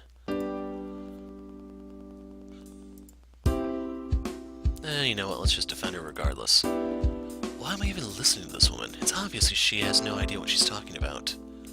Sara's an angel. Anyone who can't see that needs their head examined. Hey, stop that. See, this is exactly the kind of crap I was worried about. What I'm trying to discern here today is the exact nature of your relationship. I told you, we get along great. I bet you do, and that's exactly what worries me. Sure, physical injuries and fluctuations in emotion can be explained by outside influences. Your excuses are even viable. But those symptoms can also be explained by sexual abuse. Don't even joke about that. There's no way I'd let something like that happen to Sara. A certain corpse and cripple can attest to that. You still don't get it, huh? Everyone wondered what happened to Sara. What happened to the studious honor student? Her parents die, she presses on. Her friend is the victim of a brutal attack, she presses on. Any normal person would assume that the stress finally caught up with her. Even I believed that to be the case at first. So imagine my surprise when I received 3 independent reports from students saying that her own brother was abusing her. What kind of sick joke is this? I quit school, started working my ass off to put food on the table, put my freedom and well-being on the line to support my only family, and that is how people see me. You're a monster. Doing my best for Sara's sake makes me a monster, huh? Well, so be it. If that's how people choose to see me, then I can accept that. What I can't accept, however, is that this woman feels the need to antagonize and look down on my sister because of my own perceived shortcomings. Berate me all you want, call me horrible names, make fun of me, attack my beliefs. I can take it. But if you instead target my sister, then they'll wind up dead or crippled. Exactly. If Sara wasn't here, No, I can't let her get the better of me, not in front of Sara. Lashing out now will only negatively impact on Sara. For her sake, I need to remain calm. You're wrong, Miss Valance, plain and simple. Or are you denying those students' allegations? Take a guess. And what about you, Sara? Sara's been quiet for a while now. Is she really that shocked by the counselor's assumption? Or could it be that she knew ahead of time what this meeting was about? If she did know, that would certainly explain why she was so quiet about it. Either way, Sara's the worst off here. While I can leave her anytime I want, Sara is stuck here until she graduates. I can just imagine the kind of crap she might be subjected to over this. My brother has never laid a hand on me, and even if he had, outsiders have no right to tell us how to live. Whoa, where the hell did that come from? I don't know what Sara's thinking, but I'm pretty sure that's our cue to leave. If we don't get out of here soon, one of us is going to do something we'll really regret. And for once, it might not be me. So, headcase is unlocked. Home at last. Even though it's still morning, it feels like I've been out all day, despite being a short trip that was seriously exhausting. After making my grand escape from the counselor's office, I returned home, intending to further research Adder's blueprints. My sister, on the other hand, returned to class, cheerily seeing me off without a care in the world. I'm a little concerned about what might happen to Sara after that. Even if she doesn't get in any real trouble, having an incident like that go on her record can't end well. But if she's happy with how that went, then I guess there's nothing to worry about. It's her school, after all, and if she wants to tease the counselor, that's her decision to make. Misa? What are you doing here? Right, I must have forgotten to put those away before I left. That isn't what I meant. I asked why you're in my house. I couldn't get to our meeting place on time today, so you decided to come here instead. As practical and convenient as that is, I should probably be mindful of the fact that killers and Karsu's employees seem to know where I live.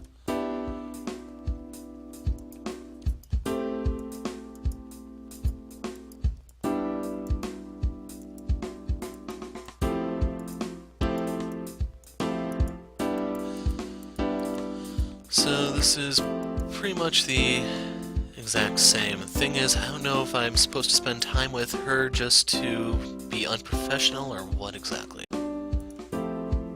Why the circus?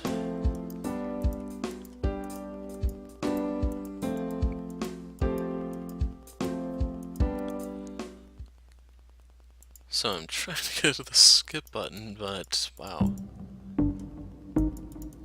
Okay, here we go. Look for another way in.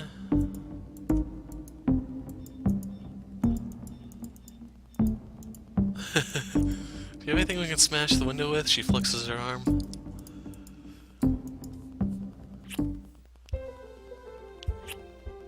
Welcome back.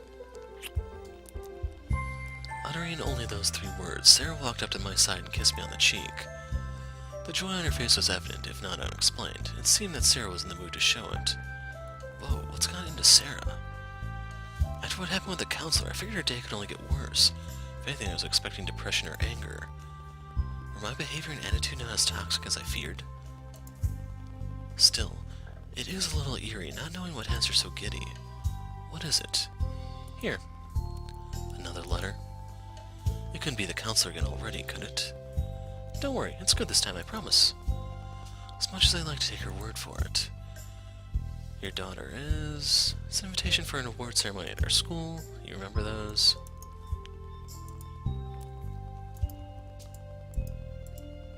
So we have to go with her here.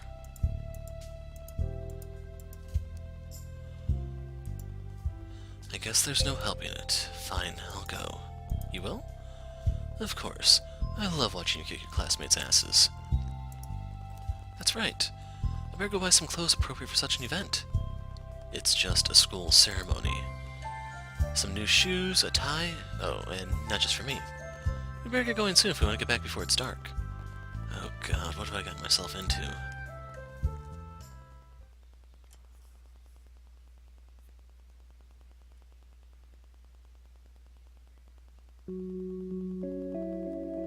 So here's the assassination. Misa's not happy.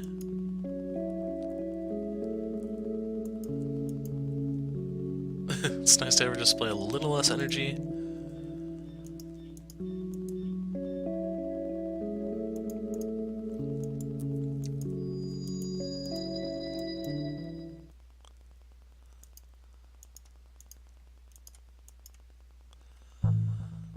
So we want to boost Misa.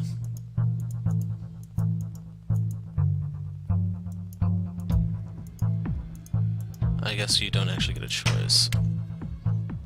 Cover her mouth. Faced with another day bereft of work, the wonderfully wicked night preceding it already seemed like a fleeting dream. I thought back to my execution of Roth, my teamwork with Misa, and the thrill of the kill itself, reliving every exciting moment of the night past. Are you ready yet?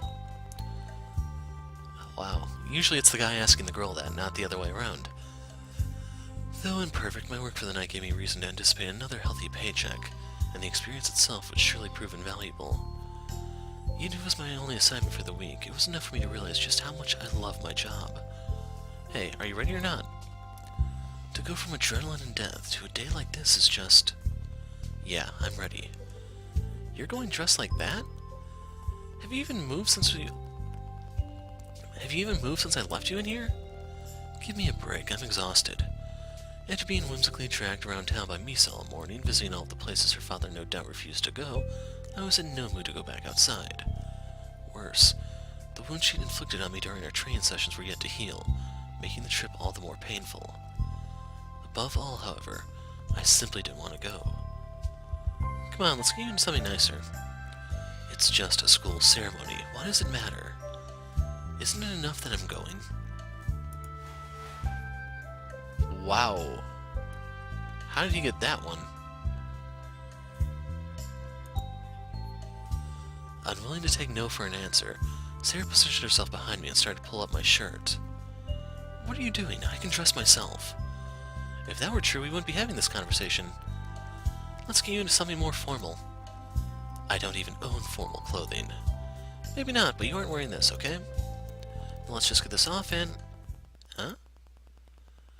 As Sara started to pull my shirt off, the wounds from my training sessions with Misa became obvious. Sara looked at my torso again, examining the numerous cuts with a worried expression. When did this happen? Damn, that was careless. I really wasn't expecting Sara to do something that brazen. How am I supposed to explain this? I was attacked by a Japanese girl. The truth, that doesn't sound wise. Actually, the truth is, I was attacked on my way home. You were? Yeah. You see, I encountered a wild Japanese high school girl and she... Stop right there. If you won't tell me the truth, the least you could do is make up a more believable lie. She always asks for the truth, but the moment I try to give it to her... Oh well, if you're healthy enough to come up with an excuse like that, I'm sure you'll be fine. And as punishment for lying to me... Much better. You look almost human now. Thanks. But what about you? Are you really going looking like that? What's wrong with the way I look? Oh, nothing. Nothing at all. I'll be right back. Sara is just too easy.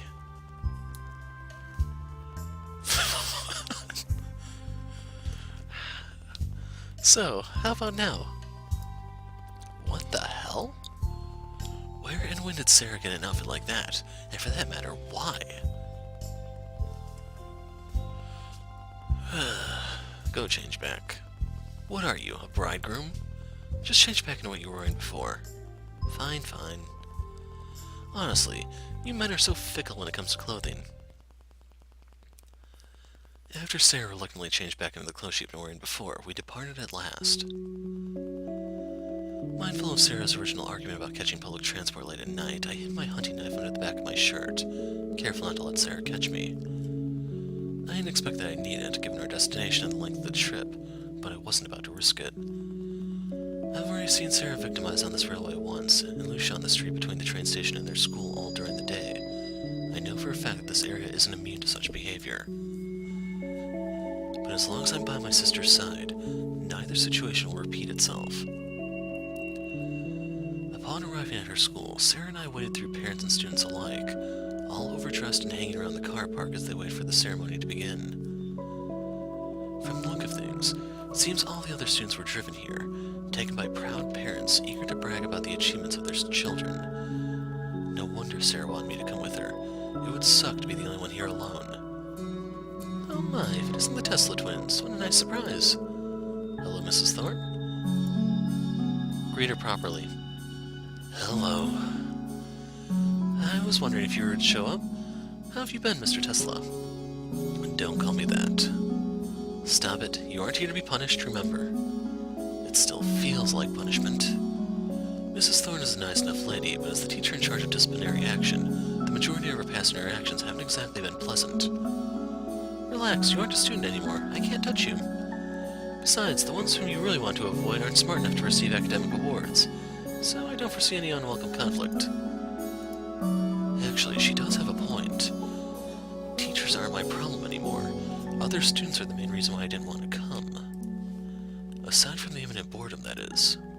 Right. Thank you, Mrs. Thorne. The pleasure is all mine, Mr. Tesla. Alright. There's still other students I need to greet. Take care of yourselves, you two.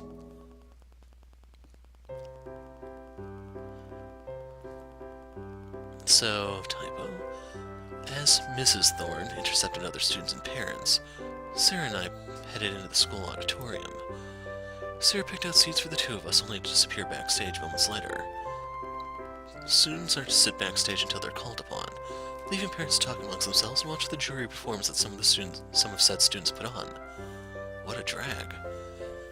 I came here for her sake, then she leaves me to sit with prideful parents and bored siblings. Good evening, everyone, and welcome to our quarterly academic acknowledgement ceremony. Here at Mason High, we believe in promoting achievements in all fields, not only mathematics and the sciences. At most schools, students are only allowed to pursue studies in the most popular subjects. But we here at Mason are more open-minded and tolerant. We understand that not everybody has the same learning process, and we cater to that without prejudice. It is my dream that other schools will one day look to Mason and adopt our policies for their own, because only then will education in this country truly begin heading in the right direction. This is exactly why I wanted to stay at home. Half of the teenagers in the audience are just playing with their phones. Some have actually left, probably using excuses like, I need to go to the toilet. Come to think of it, without Sara by my side, Leaving might be a bit much, but Sara probably expects me to at least doze off for a while. Of course, even if others don't immediately follow in our footsteps, our time will come. It's only a matter of time before the Minister of Education realizes that the answer to his prayers has been right under his nose all along. So yeah, Minister of Education is not a position in the US. I'm not entirely sure where this school is supposed to be, but it's looking increasingly more to be some sort of European type thing. Because when this going gets tough, the intelligent innovate. We build upon that which already exists and create it anew, improving steadily each and every time.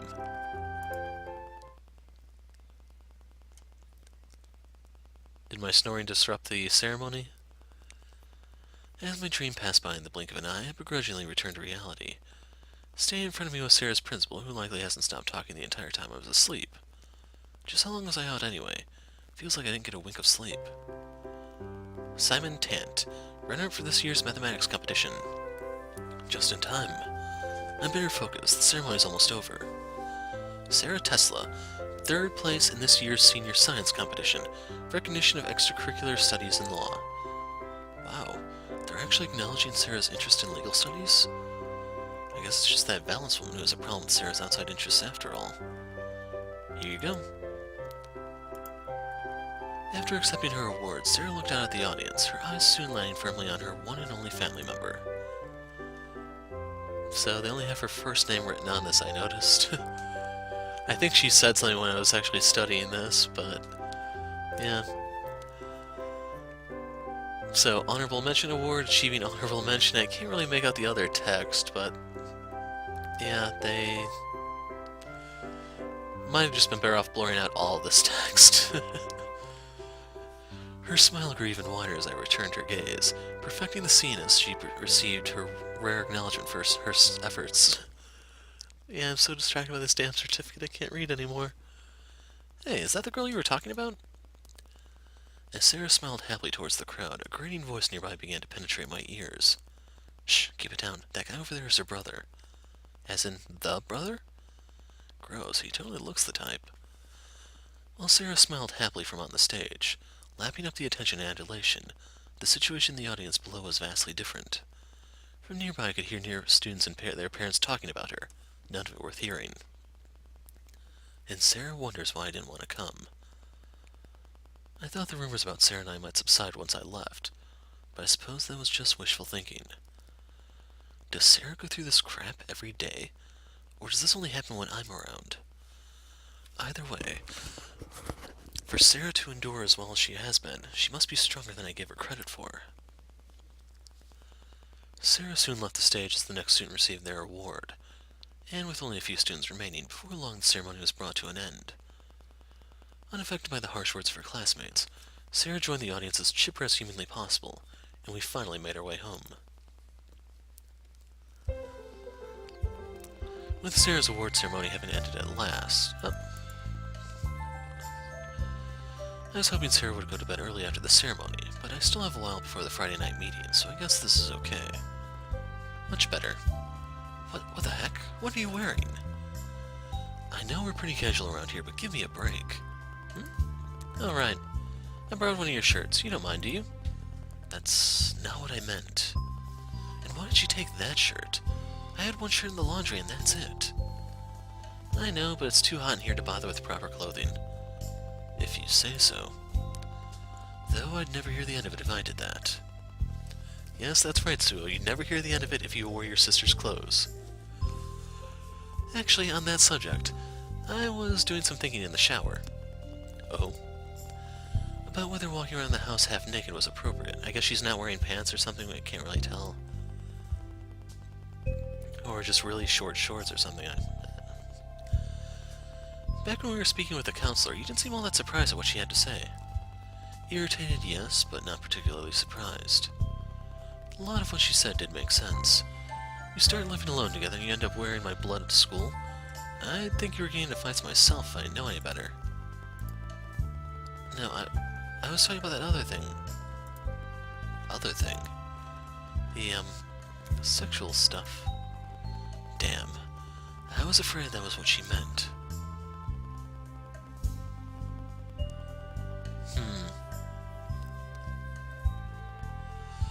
So all these choices are kind of worthwhile to explore, but I think you have to do the I take it as a compliment thing to progress.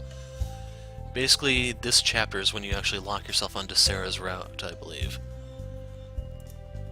Nah, if anything, I was honored. Honored? Of course. All she did was accuse me of being intimate with the most beautiful girl at school. How could I not take that as a compliment? Most beautiful? What are you saying, you idiot? It's because of you saying things like that that most people have the wrong idea about us. So she says, but Sara looks pretty damn happy right now. Anyway, that's besides the point. Sara took a second to compose herself and get back on track. Does it really not bother you? If it doesn't bother you, it doesn't bother me. I see. Sara breathed a sigh of relief, as though the matter had been weighing heavily on her mind ever since. If it really doesn't bother you, then maybe I'll have to stop being so reserved. She calls walking around the house while dressed like that reserved. Okay, yeah, I'm pretty sure she's not wearing pants. And how do you plan on doing that exactly? Well, this looks awkward. As soon as the words left my mouth, Sara adopted a cheeky smile. She looked up at me, her face flushed as I rethought her words from a completely different angle. You want to know? Sara asked a pointless question, one that anyone could have anticipated. A playful, easy question with no real meaning behind it. A question that was both simple and straightforward to answer. Or so I would have thought, if not for the look on her face. This is just an ordinary scene between two siblings, a pointless conversation purely for the fun of it. There's nothing abnormal about Sara's words or about her wearing my clothes. There is no hidden meaning to her words or actions, and yet it could be so much more. Hey, don't you want to know what I have in store for you? Fresh out of the shower, wearing nothing but underwear and one of my shirts, her hair still moist and carrying the lingering scent of shampoo. If she were any other girl in the world, any other girl, this would be an amazing situation. But Sara is my sister and she's just teasing me. She's my loving, kind, gentle sister, and right now Sara is doing to me what I so often do to her. She's purposefully misleading me for the fun of it. There's no deeper meaning to her words. There's no subtle undertone, no innuendo, no malice or lust. But even so, she wants you. Even though she's just teasing me, there's a part of me that thinks she isn't. Is this revenge for all the times I've teased her? Or is this really the next step in our relationship? Could the other students have been right about us all along? Or is this nothing more than a mental attack? Of course I know that I'm getting worked up over nothing. She's just teasing me, that's all. And even if she wasn't, even if that despicable side of me was right, I could never... Yes, you could. Crap. Now I know I'm losing it. Is this really even happening right now? Or am I hallucinating, hearing and seeing things that aren't real? And if this isn't real, why am I seeing it? I don't want to witness a scene like this. Do I? The silent treatment, huh? Too embarrassed to just say yes? Then I guess I'll just have to take the initiative myself after all. The initiative? The initiative to do what? You don't have to say anything. Just close your eyes. Close mine. No, that can't be it. There's no way that's what she meant. She's just playing a prank on me, that's all. She's just... No.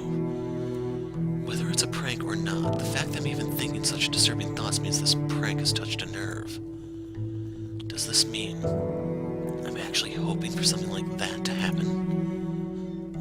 my mind. You know, it isn't nice to keep a girl waiting. Damn it, Sara.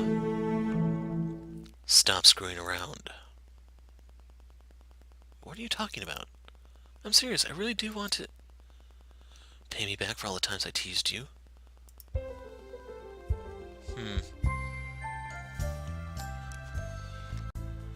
I should have known you'd see through it. Of course. You're way too new at this to trick me of all people. Though I was worried there for a minute. Even if I knew it was a trick, that still got my heart racing. So you say, but if I stepped on my attack even a little bit, there's no way you wouldn't have reacted. Reacted? Of course. After all, there's a beautiful girl, one whom you love, wearing nothing but panties and one of your shirts, trying to seduce you. You'd have to be gay not to do something in a situation like that. So, if I fall for it, I'm a deranged pervert who lusts after his sister. If I don't fall for it, I'm a dishonest pervert who lusts after his sister. This girl really does think the worst of me. Which is all the more reason to force the odds back into my favor. What a shame. I should have let you continue for a little longer. Huh? You said it yourself. A beautiful, half-naked girl was trying to seduce me. Any guy would be jealous. I know, right? Seriously, you missed out on quite an opportunity there. So it would seem. It's a pity. I really did want to see how you'd react. Just a little longer and I'd have... Wait, how I would have reacted? Of course. I mean, this is completely new to you, right? Do you even know how to kiss someone? What? Hey, I wasn't going to go that far. Just a peck on the cheek, that's all. I see, I see. So you get it, right? It's not like I was really going to kiss you or anything. Yes, I can see that now. But what would you have done if I'd taken your advances seriously? Huh? I leaned over Sara, reversing our situation from earlier. With a beautiful, half-naked girl seducing me, who's to say I wouldn't have taken that final step myself? Holding your warm body tightly in my arms, breathing in your scent, gazing down at your soft lips. Sara's face turned bright red, and her breathing became erratic. I could feel her heartbeat accelerate as I pressed her chest against my body. However, she didn't pull back. Just as I'd been drawn in mere moments ago, Sara closed her eyes and brought her face in close, having fallen victim to my obvious ploy. But unlike me, Sara didn't show any hesitation, nor did she have any reason to believe that the sight before her might not reflect reality. She merely entrusted her fragile figure to the loved one before her, prepared to see the event through to the next stage without regret. And now we're on Sara's route. Without wasting another moment, I closed the modest distance left between us. I took hold of Sara, pulled her close, pressing her soft lips against mine without a second thought.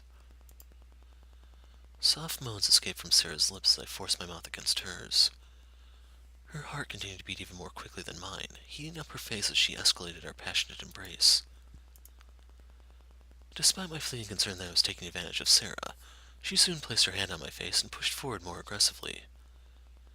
Before long, I had lost the lead, and even with my obvious physical advantage, I wanted nothing more than to submit to Sara's will. What's more, with things advancing so quickly, it's time to take her.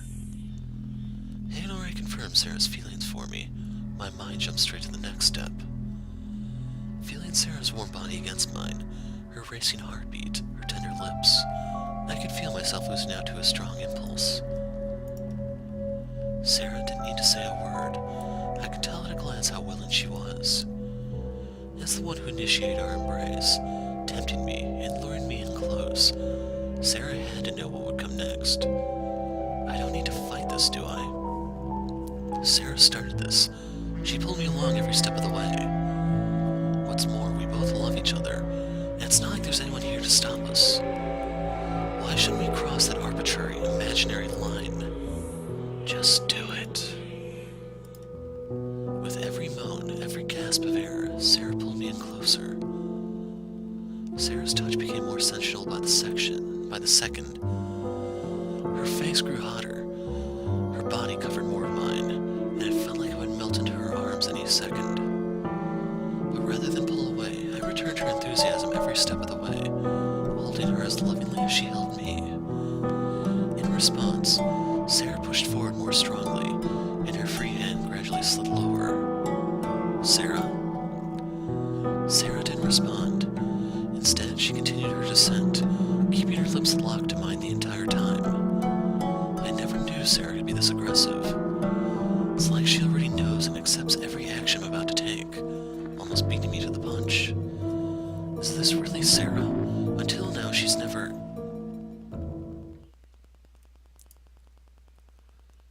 As I questioned Sara's sudden change of behavior, I realized my worst fear. The wet sensation on my lips was not Sara's saliva. It came from her tears. She was not pushing her body against mine. Sara was pushing away. Everything I had just seen was a lie. Once I realized what was going on, I released my grip on Sara, and she took the opportunity to immediately put distance between us. What the hell is wrong with you? Even if I started that, that's taking things way too far. Sara yelled at me with tears in her eyes, showing none of the love or affection I had dreamed up moments ago. Do you have no shame whatsoever? It's bad enough you'd forcibly steal a girl's first kiss like that, but how can you do that to me? Is it too much to ask that you be gentle? Couldn't you have slowed down for a minute? Nobody wants to lose their first kiss like that, especially not to the person they love most. Sara, I don't even know how to finish that sentence. There's nothing I can say right now to smooth things over or to make amends. You don't need to say anything. Let's just go to sleep, okay? It's been a long day, and neither one of us is thinking properly. Good night, Suo. As I watched Sara's figure retreat from the room, I reached out with one arm to stop her. But once again, despite wanting to say or do something, I knew I would just make matters worse. I've really done it this time. I don't know how much of what I saw was real or how far I went, but Sara's reaction alone is enough to tell me how badly I messed up. I just forced myself on my own flesh and blood little sister, my only remaining family member, the one person I truly care about. Even if Sara forgives me, this is one event I won't ever live down.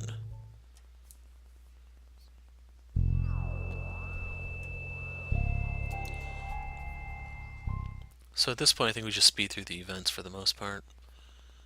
Even if my home life is beyond repair, at least I can still do something right.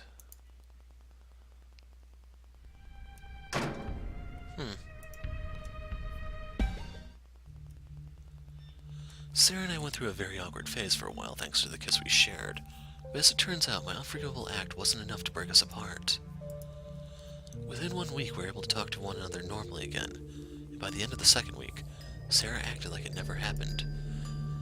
Now 1 month after the incident, the two of us are as close as ever, unaffected by that night and the disaster it could have brought. Or Sara would have me believe. More times than I care to admit, I found Sara staring blankly into the distance, tracing her lips with her fingers. She's also been more mindful about leaving her discarded clothing lying around, and hasn't once dressed as inappropriately as on that night. Most strangely of all, however, Sara's been keeping to herself when we go to bed, then shifting uncomfortably when she thinks I'm asleep. It's nothing new for Sara to wrap her arms around me while we sleep. If anything, it now feels strange when she doesn't cling to me. But lately, it's less like she's trying to hug me, and more like Sara's attempting to undress me. For the last few nights now, Sara's pulled my shirt up past my nipples, ran her hands down my chest, and breathed heavily while nuzzling my neck, wiggling the rest of her body all the while. I haven't called Sara out on her behavior, and I'm too scared to bring up that again. But the way things are going, something will have to change. Despite my concern and confusion, I had taken no steps towards resolving the situation. Although Sara going to bed later made leaving for training more difficult, she wasn't staying up too late, and her behavior didn't really inconvenience me. Even if she's been acting strange, it's still Sara we're talking about. I trust that she wouldn't do anything half as bad as I would. Instead, what I should be worried about is the cause of all this, and I don't just mean myself. No. What caused that incident was the same source of ire responsible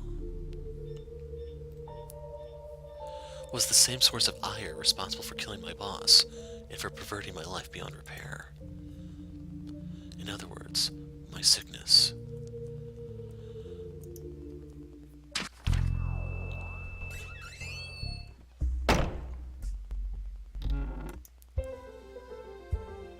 So we have to tease her, I think. Can I speed through this?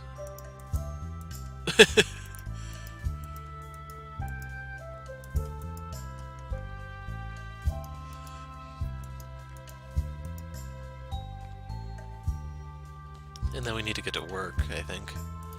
Close shopping with Sarah is bad enough.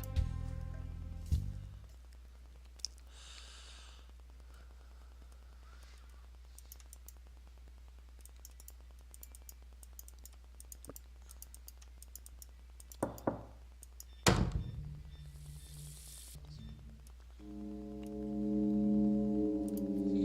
think we need to keep looking around so we can find the tripwire. Now I want to go in here alone. Mr. and Mrs. Adultery. I don't know if you called to them that last time around.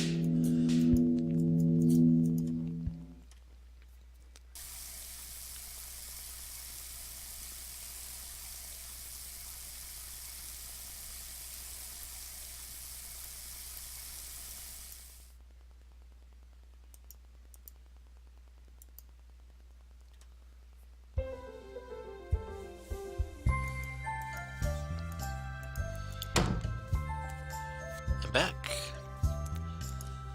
Welcome home. Have fun at school? School? Fun? Oh, please. Wait, what on earth is that? Yep, I still stink. I got a bit dirty at work and... Bath now. Yes, ma'am.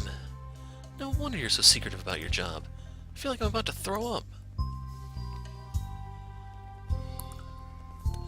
And oddly enough, that reaction is kind of accurate. That's how most people first respond to smelling a dead body. Well, one that's started decomposing, that is.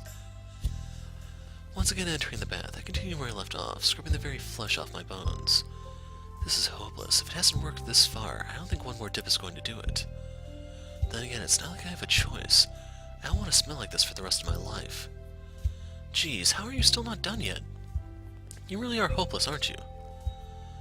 Having changed out of her school uniform, Sara joined me in the bathroom, completely unfazed by my state of undress. Hey, what do you think you're doing? Relax, it's not like we never bathed together before. I'll manage on my own. If you knew how to do that, you'd be clean by now. Sit down and let me have a go. Ignoring my weak protest, Sara took over cleaning duty and soon began scrubbing my back without hesitation. She didn't bother to get changed or take her clothes off. Despite the occasional splashes of water on her, she didn't seem to care about any of that in the least. Notice his scar isn't here anymore. The massive one on his chest, that is. Instead, Sara devotedly lavished me with a combination of soap, water, and miscellaneous household products. The type of stuff I'd never touch first without first reading the label. Geez, this has to be a new low, even for you. I mean, I knew you were hopeless, but even little kids know how to bathe themselves after rolling around in the mud. Well, it's nice to know that Sara still has her sense of humor in a situation like this. After all, there are far more awkward conversations we could be having right now. Come to think of it, do you remember when our father berated us for spending too much time in the bathroom? Like this conversation, for example. You'd clean yourself off after playing sports, I'd be taking care of my skin and fixing my hair. Between us, the bathroom was always occupied. So then our father told us how to at least streamline the process and go in there together. He even locked us in there once, do you remember? Yeah, I remember. Or rather, how could I forget? He said we should bathe together, and Sara took his advice seriously. Unlike this time, however, we were both in the bathtub together, naked, too embarrassed to turn around and face one another. If I had to pinpoint a moment in time when Sara started to become awkward around her body, that would be it. There. That should just about do the back. Seriously, you got rid of it? Of course. You're still underestimating me? Now we just gotta do the front. No, I can do that myself. Suit yourself. But first, it's your turn to do me. Sara stood up and began removing her own soaked clothing. She slid off her shirt without hesitation, then immediately undid the buckle on her pants, seemingly intent on stripping right before my eyes. What? Sara, what are you doing? You can't be serious. Why not? I wash you, you wash me. Fair's fair. Or what? Is there something wrong with siblings bathing together? I lathered your back. Now it's time for you to do the same to me. Fair is fair, brother dearest. No, no, no, that I cannot do. No matter how much I love Sara, there is only so far I'm willing to go. Well, what are you waiting for? It's just bathing. It's perfectly natural for us to do this. I'll strip down a little further, and then it'll be your turn to touch me all over. It's perfectly natural, right? No, there's nothing natural about this. Sara would never act like this. She would never say something so provocative. I must be seeing and hearing things. It's that night all over again. Are you just going to stare, or are you going to say something? If you want to help remove the rest of my clothes, I'm okay with that. You can do whatever you want to me, brother dearest. Anything you want. This is bad. This is really bad. I know that Sara would never do this, but even so, I don't know how much longer I can refuse. If this really is Sara, then Wait a minute. What if this is real? Even if I lost sight of reality once before, that doesn't necessarily mean I'm doing so again. And the truth is, Sara did start our last encounter. I took things too far, but she was still the instigator. So if this is really happening right now, and that kiss we shared wasn't solely my own selfishness, then... So, are you coming or not? Huh? Come on, you can't stay in here all day. Here, dry yourself off and get dressed. I'll start making dinner shortly. I knew it. Sara would never do something like that. Not after what happened last time. If I'm still having those kinds of delusions, even knowing the impact it would have on our lives, then I truly am beyond redemption.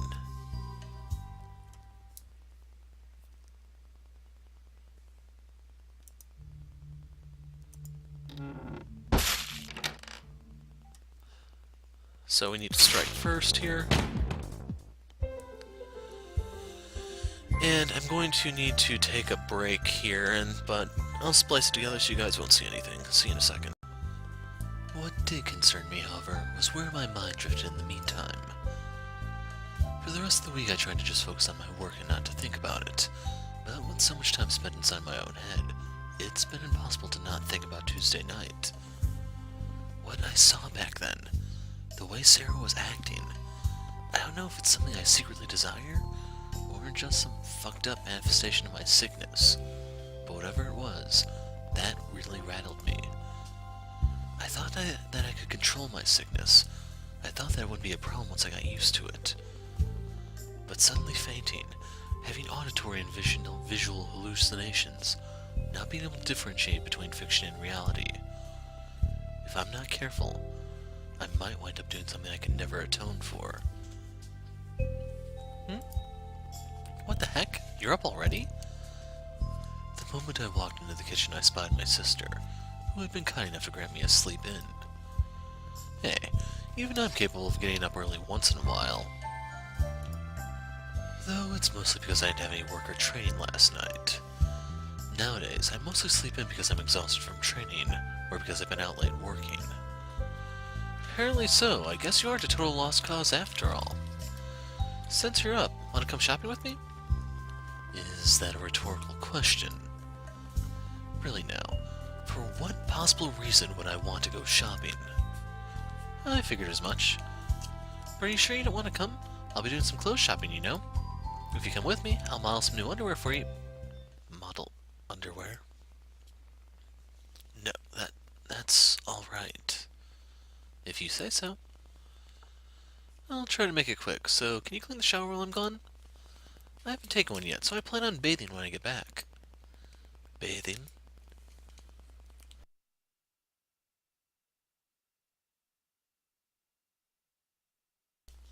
What's wrong?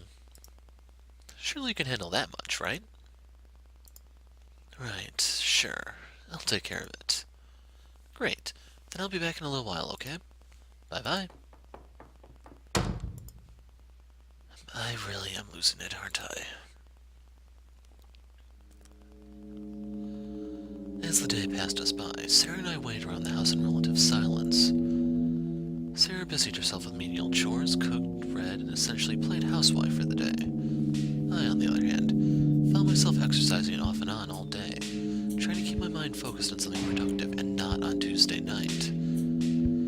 But no matter how hard I tried, no matter how many push-ups and sit-ups I forced myself to do, my mind continued to revert to that scene.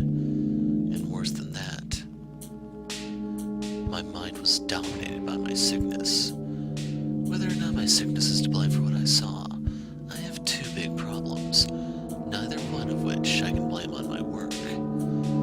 The first is my ability to differentiate between fiction and reality. As the kiss between Sara and I proved, I can no longer take everything I see at face value. I cannot trust everything I see with my own eyes, and I need to take extra care whenever I'm about to do something stupid. What happened between Sara and I last month cannot be repeated, no matter what. Second, though comparatively mild, is the pain my sickness has been causing. Distracted by pain at the worst moment, I could lose my life, or miss the opportunity to dispose of a target. My sickness, despite claiming that it wants to help me, might end up costing me my life. So, I'm just about to start on dinner. Is there anything in particular you want to eat tonight? Breaking up my depressing thoughts, Sara chimed in from the kitchen. She walked into the living room dressed in an apron, ready to cook up a storm. Whatever's easy, I'm not fussy. Well, that's no help. Let's see, what did we have yesterday? Okay, how about chicken breast? How about her breast? Sure, that sounds fine. Fine isn't what I'm going for here. You don't really eat too much meat, so maybe a vegetarian dinner would be good. What about salad? I can make some dressing right now. Undressing would be far more interesting. Yeah, okay. Salad sounds good. Great, I'll get started right away. This is getting dangerous. At least when I'm out of the house and working, I'm suitably distracted by my job, focused on the hunt. But when I'm home alone with Sara like this, bereft of any sort of stimulus or goal, there's no telling what I might do.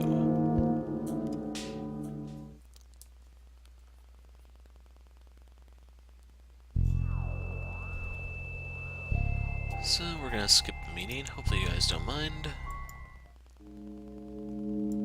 So we moved into chapter 14, Hunted. We need to stake out the complex. Oh. The question is... Well, let's go back. And if I keep on waiting around like this, it's only a matter of time before... you go insane. Before my sickness kicks in. Inertia drove me up the wall when I was watching my first target, Mr. Durst, waiting for him to leave the pub.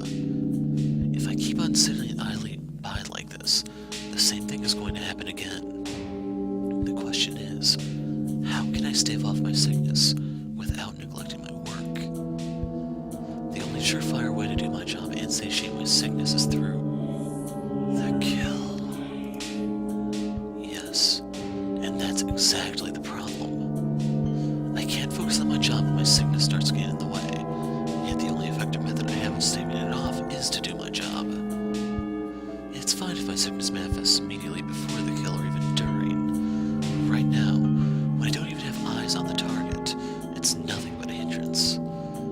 If I need to kill someone in order to temporarily purge this impulse, and I can't find my targets, then all I can do is kill someone else. No, I won't let it come to that. I may be morally bankrupt, but I haven't fallen so far that I'd kill a random innocent human being.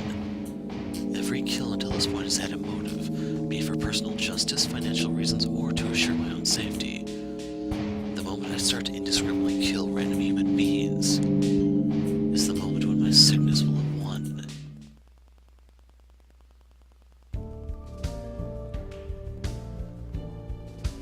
After waiting for what felt like the better half of the day, at last Misa and I spotted movement. Exiting the apartment complex was Simon Putnam, the beta of the duo. He walked out by himself, unfortunately separated from Martin, meaning we might not be able to catch both of our targets at once. But with one of our targets finally in view, and the potential for him to lead us to our other target, There was only one thing for us to do. Misa and I followed from across the road, far enough back that we appeared to be just another couple of jobless teenagers wandering the streets aimlessly. Simon quickly made his way through the district, walking across empty roads without displaying any caution whatsoever, completely unaware that he had two strangers on his tail. Despite believing that we were safe, Misa and I remained careful not to be seen, following after Simon at a distance without ever letting him set eyes on us. After following this pattern a while, Simon at last slowed down, grinning to himself as he found what he had been so fixated on.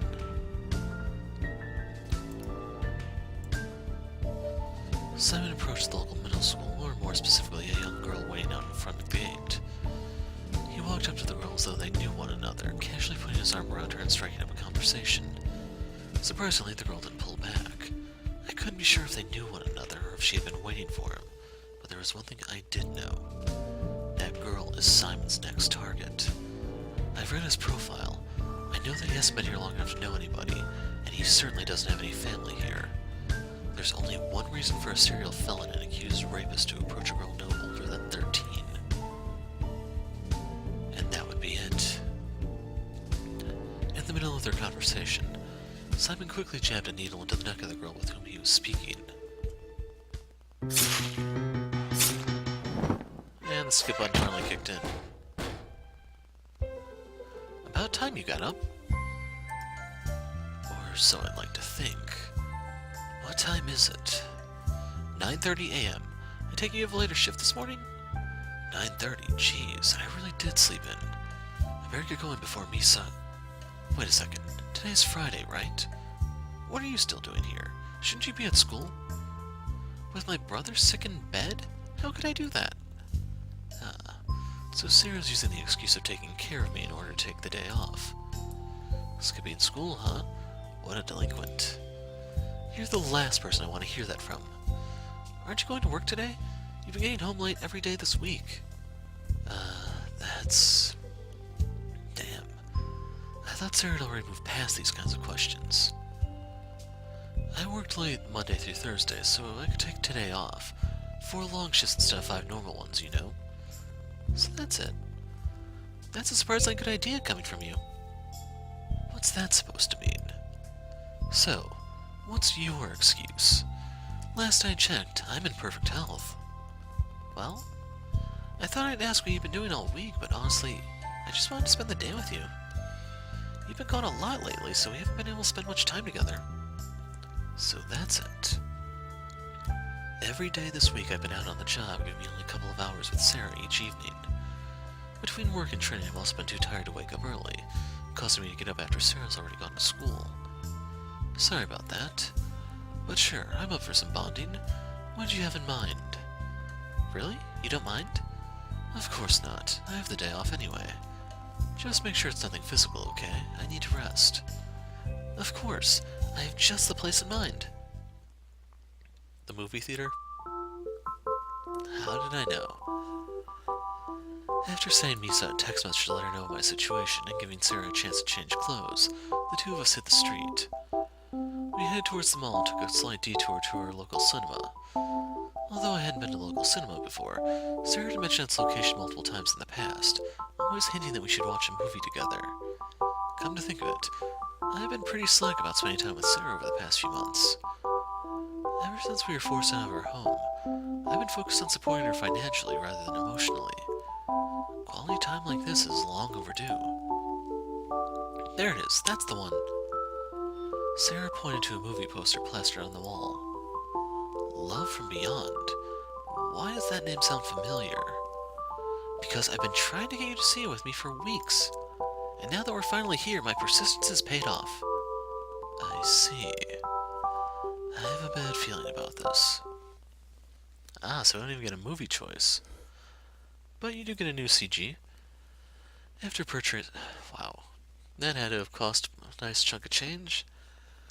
After purchasing popcorn and drinks, that's plural too, Sara and I enter the theater, ready to watch the movie of her choice.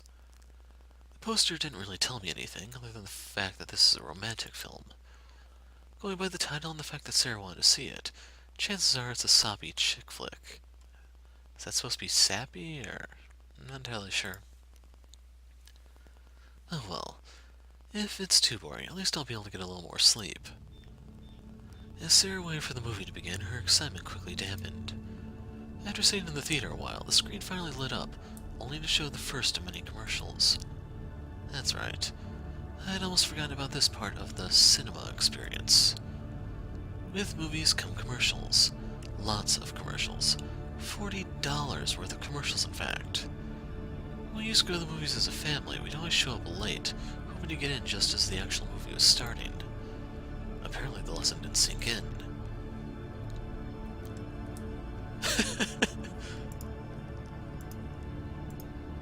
Well, this is totally worth the money. My popcorn is half empty, my drink is completely empty, and I'm being bombarded with more ridiculous anti-piracy messages than I would be if Sara just... than I would be if Sara had just downloaded the damn movie. Is this the cinema experience I paid for? $40 for 2 tickets, another $14 for popcorn and drinks, but all the ads I can watch. On the other hand, I'm starting to feel like buying a Mercedes.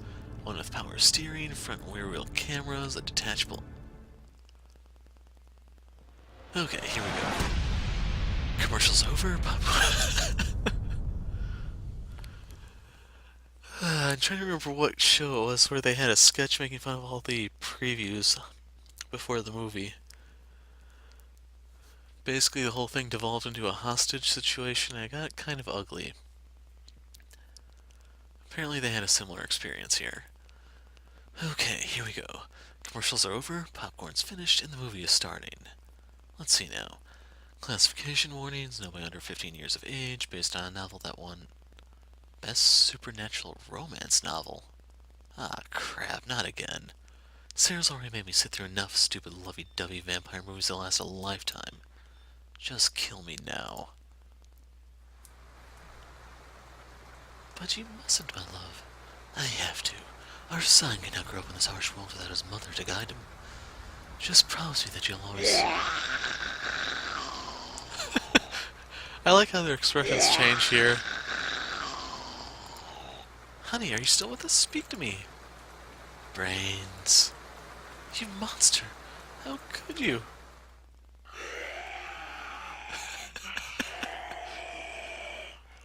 Alright, that's it. I've had it with all these goddamn movies, goddamn zombies in this goddamn graveyard. So, apparently this is a variant of snakes on a plane or something. You want to eat me? Choke on this.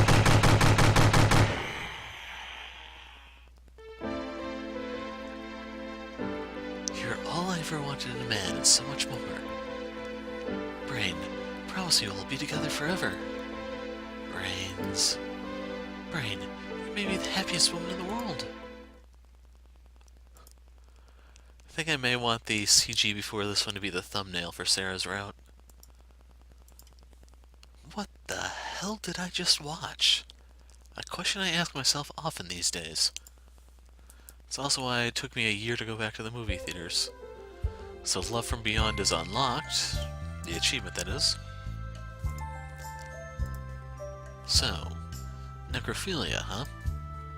I don't want to hear it.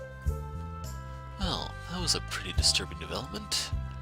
I figured Sara had already read the book and knew exactly what she was getting herself into, but apparently I wasn't the only one surprised by the content. Now, you know I'm not one to judge others, especially now when it comes to their fetishes. Come on, it's nothing to be ashamed of. So what if you get turned on by zombies screwing people? I have no problem with renting some horror movies and leaving you alone with some tissues while you... Stop it. I didn't know what the movie was about, okay? I thought it was just going to be an ordinary, cliché, cheesy romance movie. I absolutely do not have any such fetishes, okay? Aha. Makes sense now. What I paid $54 for was not the movie. It was for the opportunity to scare with Sara in a new, twisted way. The sad part is, depending on what time of day you go, this could actually be a realistic number. Alright, I get it already. You don't have any weird fetishes. Right, it's good that you understand. Yes, I understand perfectly. All of your fetishes are perfectly normal. No, what What are you talking about? Weren't you listening? Of course I was listening. You said you didn't have any weird fetishes. Me and all of your fetishes are healthy, natural, mainstream fetishes. Says the guy who kissed his own sister. Ending my playful pursuit with a harsh reminder, Sara brought to mind the incident from 1 month ago. Damn, Sara knows how to strike where it hurts. No, I'm sorry, this isn't what I meant, You don't have anything to apologize for. I did something despicable. You have every right to hate me for it. I don't hate you. I could never hate you. That's sweet of you, Sara, but it might be better if you did. Really, what kind of degenerate would do something like that to his own sister? Stop it, it isn't like that. I was seducing you, right? You were just responding to my feelings. Rather than agree with me, Sara defended me, attempting to justify my actions for me. Well, that's a pretty good indicator of an abusive relationship. The only one at fault here is me. If I had just had the confidence to see through what I had started, none of that would have happened. Huh? Don't you mean if you hadn't led me on to begin with? No, I don't. Suo, the truth is, I wasn't leading you on. If I just had a little more confidence in myself, I would have been the one to kiss you. I stared at Sara blankly for a moment, trying to discern the meaning behind her words. However, the only interpretation that made sense was that Sara was planning to kiss me all along. Not a peck on the cheek, not the kind of kiss we'd usually exchange, rather the kind I hated myself for forcing upon her. Sara, you can't mean that. I appreciate you trying to spare my feelings, but I saw how you looked at me. You were screaming at me with tears streaming down your face. No matter what you say now, I know that you were in despair. That's surprisingly perceptive of you. I knew it. I love Sara from the bottom of my heart, and indulging in her kindness is one of the few joys left in my life. But if my presence, if my very existence is the thing causing her pain, then... But you're still wrong. It's true that I was sad and angry, but it wasn't your fault. I was mad at myself for not taking the next step. I was depressed because you beat me to the punch. I wanted to show my affection for you in a way that even my stupid brother could understand, and I failed to do that. Suo, you are the one person I can never truly hate. You're the one person I hold dear, and the only one I've ever even thought about kissing. You're the person with whom I want to spend the rest of my life, both as your sister and your lover. I listened in silence as Sara poured her heart out to me, unable to believe a word she was saying. For all of my delusional and lust-filled thoughts, I had never dreamed of a confession like that, nor had I dared to hope that my muddled feelings would be returned. But before I could get too happy about what I was hearing, I recalled the main reason for my hesitation. My sickness. It's happening all over again, isn't it? I'm seeing and hearing whatever I want, dreaming up a scenario that could never happen. If I go with the flow, I'll suddenly snap back to reality after doing something heinous, further pushing our strained relationship to the brink. The truth is, I've known all along what other people have said about us. I knew they were making up stories about us sleeping together or indulging in one another. But at the end of the day, it all made me kind of happy. I even thought about approaching you once or twice, you know? I thought maybe we really could have that kind of relationship. The only thing that stopped me was my own anxiety. I was too scared to say anything. I was afraid that you'd reject me or think I was disgusting for harboring those kinds of feelings. So I just played dumb, silently hoping you'd realize how I felt. But now that I know our feelings are mutual, I don't have to wait anymore. I tried to keep my distance since you seemed to feel guilty about our kiss, but now, I'm done waiting. Suo, I love you, not just as your sister, but also as a member of the opposite sex, so if you have me, this isn't real. Huh?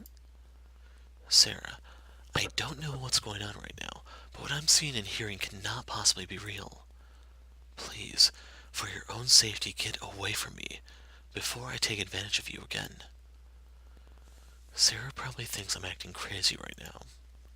In reality, Chances are we're having an ordinary, mundane, everyday conversation, and I'm saying random crap out of nowhere.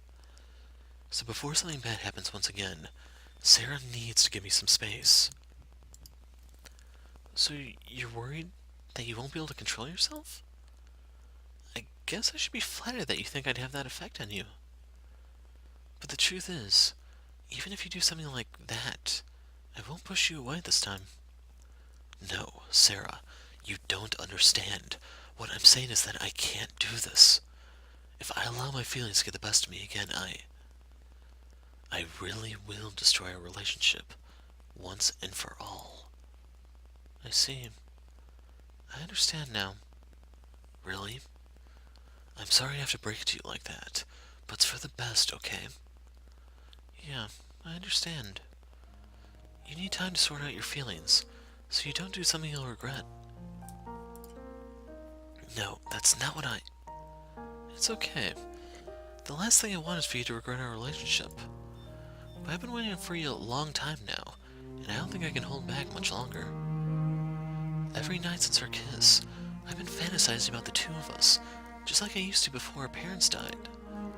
But with you right beside me, the stimulus was so strong that I felt like I was going to go crazy. So, like I said before, I'm done waiting. I'm not going to beat around the bush or put this off any longer. Sara, think about what you're saying. You can't really mean that. I have thought about it, and I mean every word. How many times do I have to say it? Even if you never thought of me that way, there's always been a part of me that wanted us to be like this. I don't care if we're siblings. The fact that we were born into the same household means nothing to me.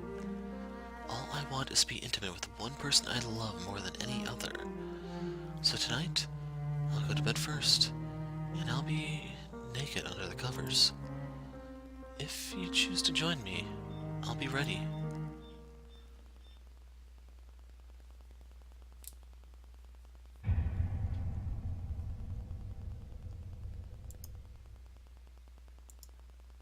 Oh. So yeah, we get new scenes right at the beginning of chapter 15. This morning, after a day after an emotional insanity testing day and night, I awoke filled with a strange sense of calm. From the moment I woke up, I felt neither my usual morning lethargy, nor any concern for my work.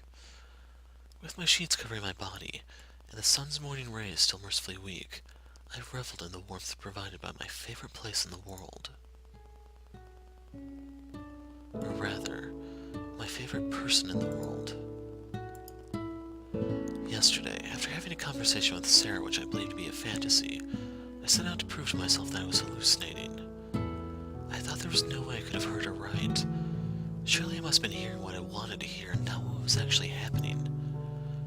As the day dragged on, however, the illusion did not fade, and I came to an important realization. I was not hallucinating. Everything Sara said to me, everything she claimed to want from me, everything she did to me, was real. Her feelings, her touch, her words, not a single thing I experienced was fake. Sara had faced me with brutal honesty and a strong conviction, not hesitating any step of the way as she opened her heart to me. In response, I gave in. So, boy, just when I thought I couldn't screw up any worse. Kissing Sara was bad enough, but that, to my own sister, I really am a fiend. Despite my harsh thoughts, I didn't regret what I did. Sara and I always shared a rather warped relationship. Never to this degree, of course, but all the same, nobody would be surprised to hear that we crossed that final line. So with Sara's naked body clinging to mine, I had a hard time summoning my usual pessimism.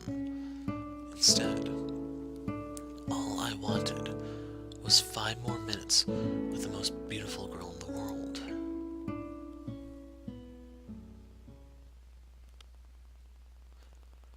After finally dragging myself out of bed, I put on some fresh clothes and headed into the living room. As much as I wanted to enjoy Sara's warmth a while longer, I knew there was something else I needed to take care of. Before heading to bed with Sara, I called Sai to let him know that I wouldn't be attending our regular meeting. I had already informed Sai of our success after Misa and I disposed of Simon and Martin, so I had nothing to report anyway, and for his part, Sai didn't seem to mind.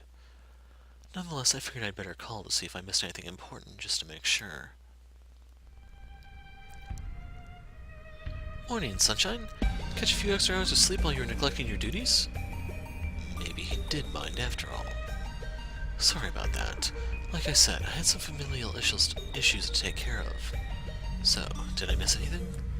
As a matter of fact, you did. Long story short, the rest of your comrades have gone missing. As such, Karsu's assigned to cease our less imperative operations, meaning you won't have any more work until further notice. Training and meetings will still go ahead as planned, but otherwise you'll likely be on break until our business at Adder has concluded. Whoa, whoa, whoa. Hold on a minute. The others disappeared? All of them? Including Misa, only the three of us remain. And Karsu, of course. A nuclear bomb wouldn't rid me of him. Holy crap. I missed one meeting and the whole team is wiped out. I mean, Sai did say they disappeared, not that they were killed, so they might make a return like Violent Vincent did once already. Nonetheless, having everyone suddenly vanish is pretty damn unsettling. So, we're just going to sit around doing nothing for a few months? Hardly. We were originally pushing for a Christmas break-in when everyone would be either on vacation or too preoccupied to care. Given the change in circumstance, however, we'll likely push the date up. So no, you don't get a few months off work. I doubt you'll even get 1 month. And you won't be a single day off training either, so don't expect a real vacation. Indeed. This is sounding less and less like a break every second. So, work aside, everything goes on like normal. More or less. I'll let you know if anything changes, but for the time being, you'll need to rest up and take care of yourself. So is Chapter 15 completely different from here? After ending my call with Sai, I paced back and forth in the living room aimlessly. Despite the wonderful manner in which my morning began, Sai's words haunted me the second we finished speaking. Violet and Vincent, who both disappeared once before, have now gone missing yet again. Worse, both Kane and Leon are also gone, meaning 4/7 of the team have vanished. Even without knowing the circumstances, it doesn't take a genius to figure out that something sinister is going on. Is it possible that the Adder mission will be cancelled? I know I've worried and griped about that a lot, but if that were cancelled, I don't know how I'd feel. Getting my home back has been my goal from the start, as well as making enough money to support Sara, and whether I like it or not, Karsu made that goal attainable. If we really do give up after coming this far, then Good morning. As thoughts of work threatened to fill my mind, Sara walked into the living room, wearing nothing but my shirt from yesterday. Morning, beautiful. Sleep well? How could I not? I had a soft bed, warm sheets, and a surprising amount of fatigue. And of course, the sweetest hugging pillow I could have asked for. Oh, jeez. I'm embarrassed just listening to Sara. How can she say that stuff so easily? Doesn't she feel the least bit unsettled about any of this? I'm glad you feel that way, but aren't you worried? I mean, what happened last night was the best outcome I could have hoped for. As I tried to voice my concern, Sara immediately cut me off, showering me with optimism and joy in the face of my uncertainty. Sara, you know it isn't that simple. The hell it isn't? Really, how many times am I going to have to say it? Our relationship is nobody's business but ours, and now that we're living alone, there's nobody getting in our way. I guess, but... Geez, quit worrying already, would you? I'm not going to tell anyone, and you have nobody to tell. As long as we keep this between the two of us, there won't be any problem. You really do make it sound so straightforward. That's because it is straightforward. I mean, realistically, what's the worst thing that could happen? I actually think there are anti-incest laws in various places of the world, so it could get pretty nasty. That's what, Sara. The worst thing that could happen would probably be my sickness making me harm Sara beyond repair. But now that we've come this far, that concern is largely moot. Second to that would be... pregnancy. Pregnancy? Oh god, I haven't even thought about that. I was so wrapped up in everything that was going on that night. Sara, calm down. It was just a hypothetical. A scary, unwanted, painfully realistic hypothetical. Yeah, you're right. I'm just getting ahead of myself. True, but we really do need to be careful. Even if other people aren't a factor, there are still many things that can go wrong in a relationship. Especially one as messed up as ours. Agreed. Last night was exhilarating, but we can't get caught up in the moment like that. So next time around, we'll make sure to play it safe.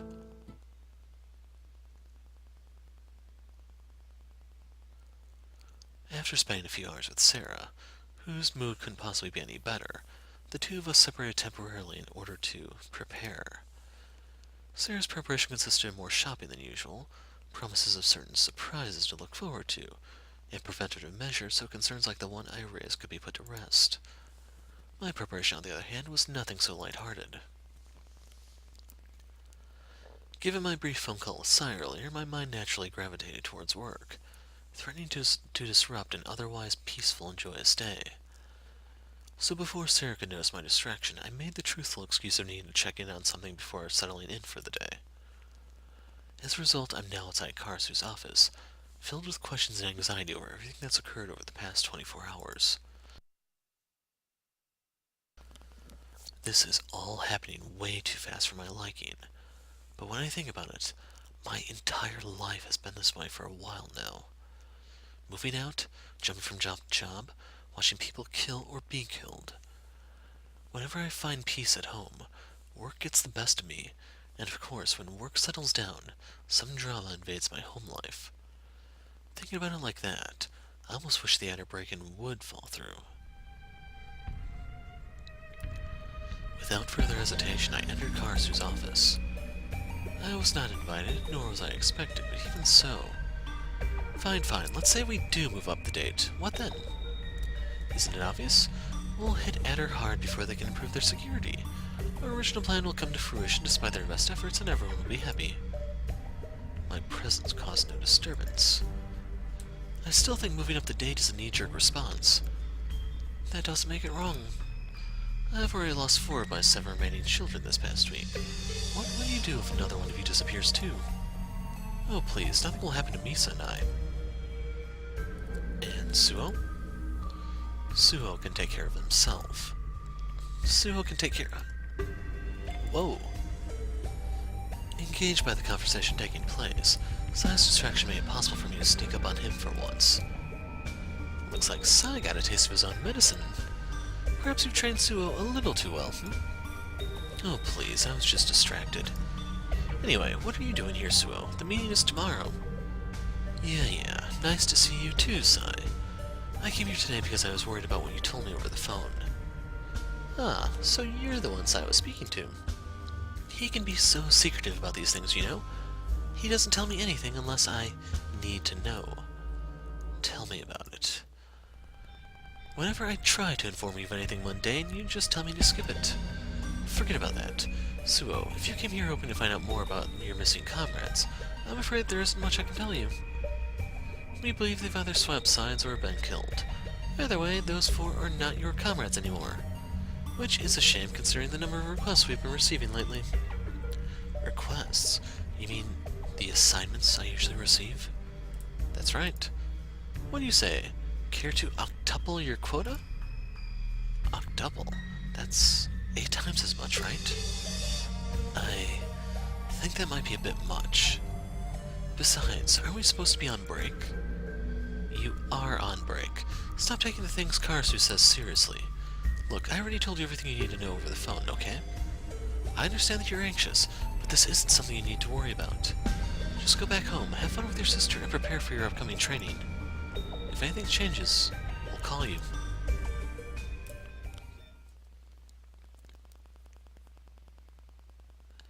Four days later. Wednesday morning, November 23rd. Given the prospect of the Adder break-in happening sooner rather than later, and the fact that my usual work had been put on hold, my daily life quickly turned into one dominated by peace. My weekday mornings were spent casually with Sara until she left for school, after which I met up with Misa for our typical outings. At night, I would engage Sara in our usual banter, then wait for her to go to sleep before sneaking out, at which point I'd go to training. Simple routine, predictable, and fun. My everyday life became more relaxing and carefree than I dared hope. Best of all, although I continue to worry from time to time, my greatest concern pertaining to my new relationship had already proven unwarranted. Good morning. Good morning. While it seems small and trivial compared to what was happening in my professional life, I still found myself worrying about my relationship with Sara. Rather than concern myself with the whole taboo nature of it, or the potential ramifications further down the line, what initially worried me was Sara herself. Even now, I'm honestly scared that Sara might one day regret what we've been doing, or label it all a mistake. Regardless of whether or not doing so would be for her best, having Sara realize this far on that we've done something terrible would be more than I could handle. Luckily, when I look at Sara like this, and when I think about her confession from mere days ago, I know she couldn't possibly do that. Shouldn't you get dressed? I don't think your school would take kindly to you showing up like that. You're right about that. But it's still early. I don't have to leave just yet. Early? You have less than 20 minutes to shower, get dressed, and eat breakfast. You can't dawdle too long. Wait, it's that late already? Yep. You're running even later than yesterday. I guess we won't have time to shower together after all. Well, even if you are late to school, it's not like they could call our parents. I knew you'd say that. But as tempting as that sounds, I really should get going. If I start showing up consistently late, especially just like this, people might find out about us after all. How can Sara sound so happy when she says that? You're enjoying this, aren't you? I don't know what you're talking about. I figured as much. While I've been worried about our taboo relationship, Sara's been intoxicated by it. Not that it matters, though. I trust Sara and I know that she wouldn't really do something so careless. Anyway, time to get dressed. I'll make breakfast in a minute, okay? No argument here. As captivating as Sara looks when she's wearing nothing but my shirt, I'd have a heart attack if she really left the house like that. We'd probably be forced to move, too, before the neighbors think that.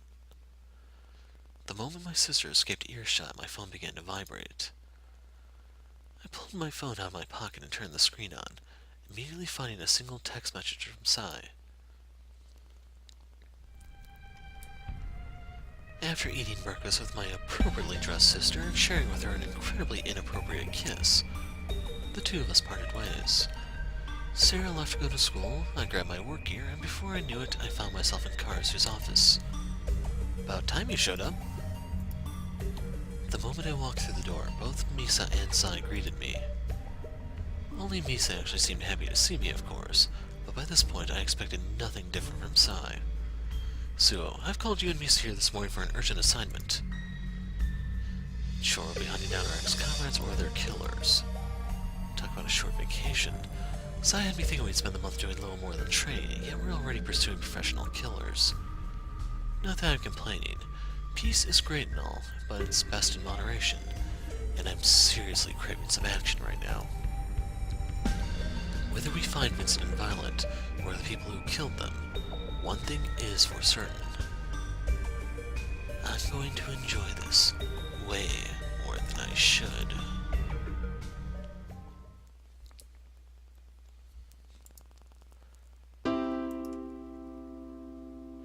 This is the life. I can really get used to this.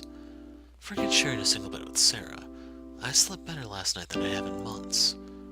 A double bed all to myself, a television in front of the bed, a mini fridge. I've only been here one night and I already feel spoiled.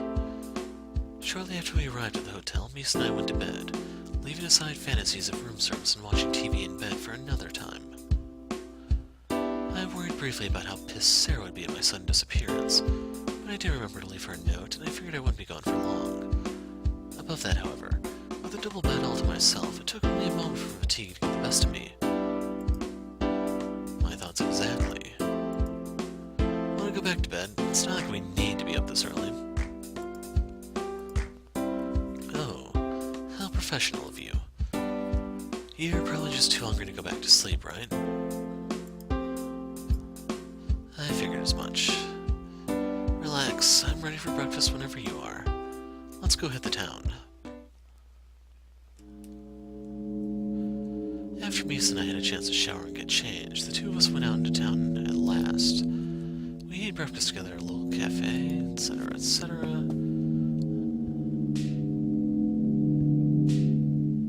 So they confirmed Vincent's death. Oh, come on, it wasn't that bad. Surely you're used to smelling corpses by now. What a joke. Misa is the veteran here, not me. If anything, I should be the one puking. I hope she doesn't let us interfere with our work. We can't afford to screw up because Misa can't contain her stomach. No, that's unfair of me. Any normal person would throw up after seeing a sight like that. The truth is, I'm the abnormal one here.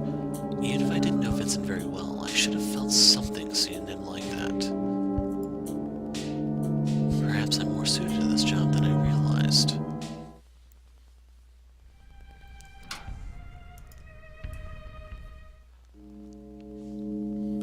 We ordered some takeaway on our way back to the hotel room, as well as some sweets Misa picked up in order to remove the taste of vomit from her mouth.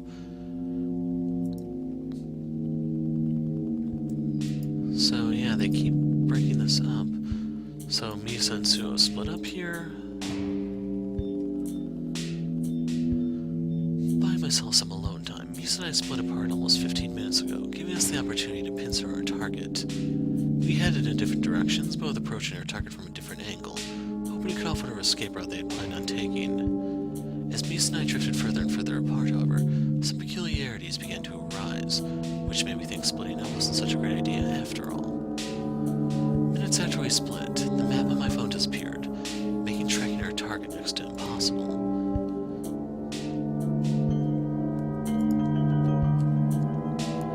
Furthermore, I lost all reception moments later, making contact with Sara a fantasy. Despite my inability to use technology, the timing of these two events told me that was no coincidence. With Misa no longer by my side, I was being lured into a trap. And surely enough, no sooner had the thought crossed my mind than, well, alone at last, are we? I was wondering when you were going to ditch that brat. Violet, I've been looking for you. I'm sure you have. You wouldn't believe how many times I've heard something along those lines. Of course, men seek me out are usually happier to see me. They also have a habit of winding up dead. Well, that is the job. But you aren't here to teach me a lesson on morals, are you? If you are, that means Karasu took the bait, and you're here to execute the traitors, correct? Although she knew exactly why I'd come and what I planned to do, Violet showed no signs of being nervous. Instead, Violet sounded more cocky and confident the more she spoke, making me wonder what reason she had not to be afraid.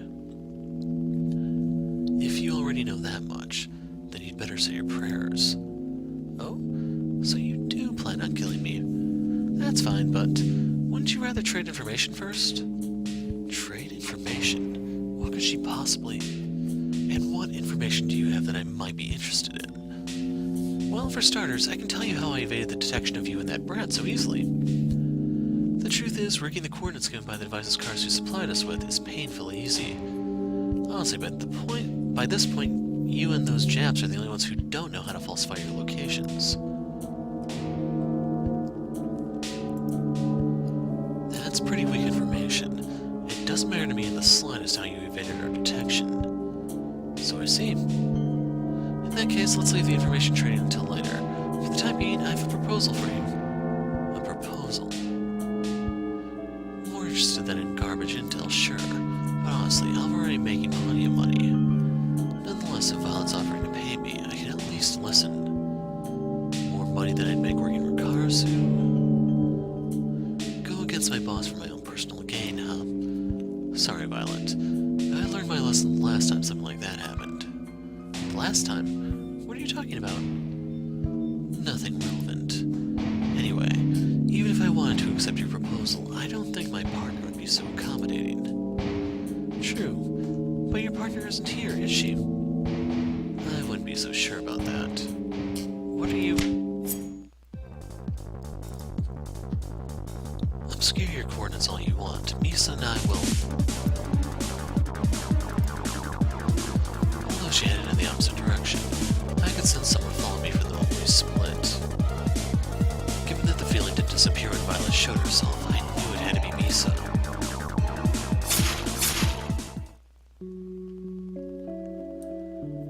Granted, I know you're not fond of unnecessary violence, but I couldn't see that scenario ending any other way. Except with me doing the honors, of course. So... Misa wants to go straight home, that's fine by me. As nice as this distraction has been, I think it's about time I return to my sister's side.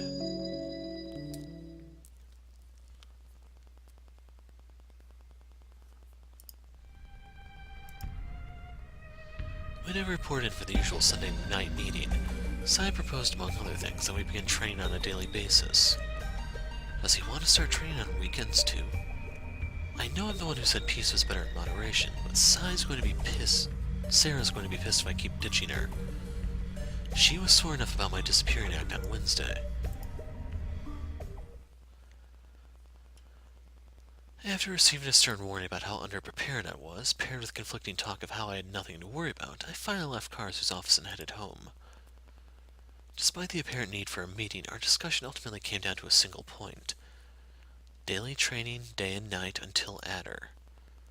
Sara really won't be happy about this. Even if it's just until the break-in, whatever the hell that's going to be, I've already seen what me disappearing does to her. No, you haven't. As forgiving as Sara is, she also has a tendency to worry, and I've already caused her enough concern to last a lifetime. Careful not to wake my sleeping sister, I entered the house as quietly as I could. Since Sara started staying up later and waking up earlier, both for reasons I never mentioned around anyone but her, sneaking out had become more problematic.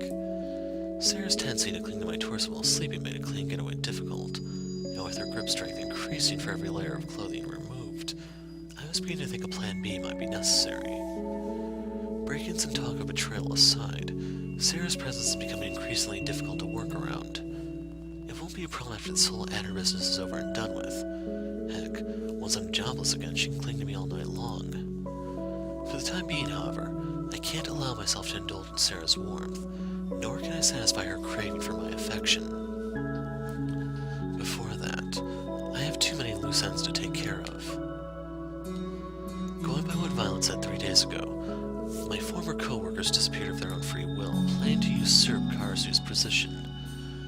With Violet and Vincent now dead, that means I still have to keep an eye out for Leon and Kane, the more formidable half of that team.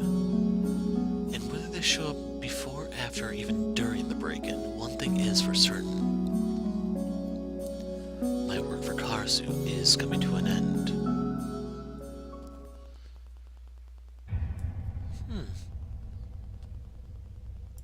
So yeah, things actually played out quite a bit differently. Namely, Sara is not in the morgue. Anyway, I'd better head home before Sara wakes up and realizes that I'm gone. I'll see you tomorrow morning at the usual... Ah, you're still here. I was afraid you might have already left. Before I could finish speaking, Karasu approached Misa and I. Crap, just when I thought I was finally free. What's up, boss?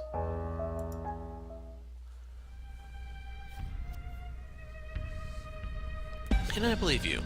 I'm sure you did tell me everything pertinent to your assignment. What I'm asking about is the fallout you no doubt received from your sister afterwards. God damn you, Karasu. Sir, with all due respect, that's really none of your business. Don't be like that, my boy. Your happiness is absolutely my business. And even if it wasn't, this matter is definitely Misa's business. Misa's business? Of course. Misa was with you that night, wasn't she? Did you tell your sister you were leaving her alone to spend the night with another girl? Crap. Even if Karasu doesn't know what's going on between Sara and I, he obviously knows more than he should. This guy is really too perceptive for his own good. I told her I had to work away from home for the night. Whether I was with a girl or not is irrelevant. Irrelevant? I hardly think so. The two of you have been going out on a daily basis. Spending the night away from your girlfriend is hardly irrelevant. Karasu really is full of it today. He and Sai practically forced Misa and I together, then I get teased for spending more time with her than my sister. It's not like I live this way because I want to, and once school holidays begin, the situation will surely be reversed. But for now, I'm sure Karasu's only doing this to get a rise out of me anyway. If I lash out now, that just means he wins. Karasu, You really didn't call us here for this, did you? I have stuff to do and sleep to catch up on. I'm not here to entertain you. No, I suppose you're right. I'm sorry if it seems like I'm using you for my own amusement. That was not my intention. If anything, I was hoping to accomplish the reverse. The reverse? Your comrades have either been killed or betrayed us. Adder is right around the corner whether you're prepared or not. Your assignments have been put on hold, perhaps indefinitely, in which case your employment for me has almost reached its end. No matter how I look at it, our short time together is almost up. For better or worse, we will soon part ways. So, if ever there was a time for me to act like a leader and improve your mood, this is it.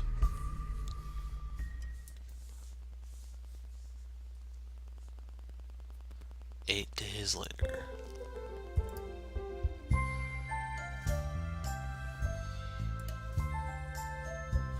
Fortunately, even with the increase in time spent training, I've been able to maintain a decent presence at home. I haven't been at home as much as I'd like, of course, but nonetheless my time with Sara has been as enjoyable as ever. And with school holidays just around the corner, not to mention Christmas and New Year's. But if we wait until the sales begin, the stores will be all crowded. Maybe we should start putting things on lay-by. Is that supposed to be like layaway, or...? Our time together will soon increase dramatically. Is shopping the only thing you're looking forward to? You can go shopping anytime. Surely you have better things to do during your time off. How rude. I'm excited because it's a chance to shop for things I wouldn't normally buy. I'll have you know that I exercise great restraint every day and only shop for essentials like food and clothing. You have 6 pairs of shoes. That's... a little splurging is okay now and then, right? Busted. I guess. But why shoes? Why not something more practical? If you ask pointless questions like that, you'll never understand how girls think. Shopping isn't about how practical something is. It's about buying things that make you happy. I'm going to need to open a private bank account, aren't I? Hey, I haven't spent that much money. Besides, you're making plenty, aren't you? And if you won't tell me how you got it, the least you can do is let me spend some of it. Whether it was her intention or not, Sara's words brought to mind a plan of mine from the past. When Sara found one of my first payments, I thought the best way to stop her accusations was to show her that even blood money had its uses. At the time, I willingly took her shopping, granting Sara as much spending money as she needed. Now that she's come to expect it, however, I realize that being so generous was probably not for the best. Calm down, I'm not cutting you off. But we should still be more careful with our spending. You never know when the payments might stop. They might stop? What are you talking about? Did something happen at work? I shouldn't have said that. We'll need to talk this over soon enough, given they'll be moving back into our old home. But right now, I just want to see my sister off in peace. No, it's nothing. Not yet, at least. I'll tell you about it once the change is finalized, alright? No use worrying about something that might not even happen. I guess. Really, it's fine, and it's nothing bad anyway. Just have fun at school. Forget I said anything.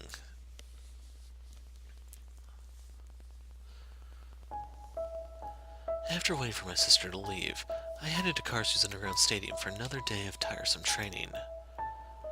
Given that I had to wait for Sara, both Sai and Misa were already present and waiting by the time I arrived, ready to begin as soon as I showed up. About time you got here. We were about to start without you. As usual, Misa happily greeted me, while Sai admonished me for being late. It can't be helped. You know what my home situation is like.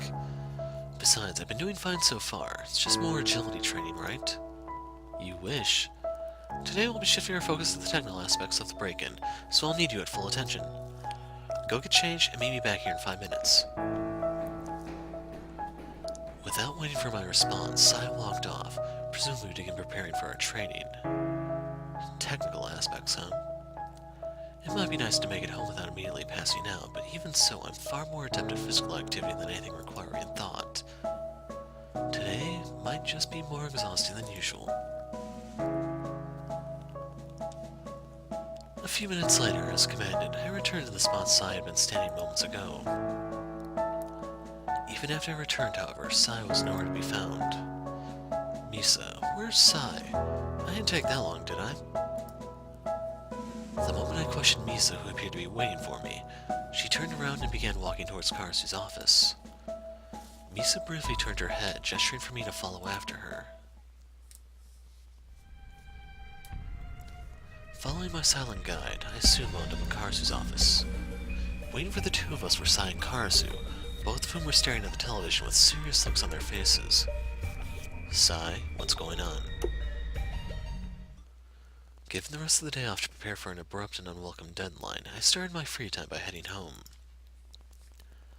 Upon leaving Karasu's lair, my mind was heavy with thoughts of what was about to happen, and my body was filled to the brim with energy. I was both excited and terrified by the sudden change in plans. I couldn't wait until 6 p.m., yet at the same time, everything I knew about the impending break-in frightened me. I knew it was going to be soon, and Sai had mentioned that we'd be moving up the date again. But even so, this is just way too sudden. 2 hours ago, I was putting off telling Sara about our planned future, assuming all the while that I had at least another few weeks before any of it would become relevant. Now, those weeks have become mere hours, and I'll be disappearing before we can even eat dinner. Sara isn't going to like this. Last time I needed to go away overnight for work, Sara wasn't thrilled about me leaving her with nothing more than a note. The least I can do this time is tell her face to face and explain how... Sara? With my mind consumed by thoughts of Sara, the person in question showed up before me. Sitting on her bed, still dressed in her school uniform, Sara was waiting as though she knew I would be back.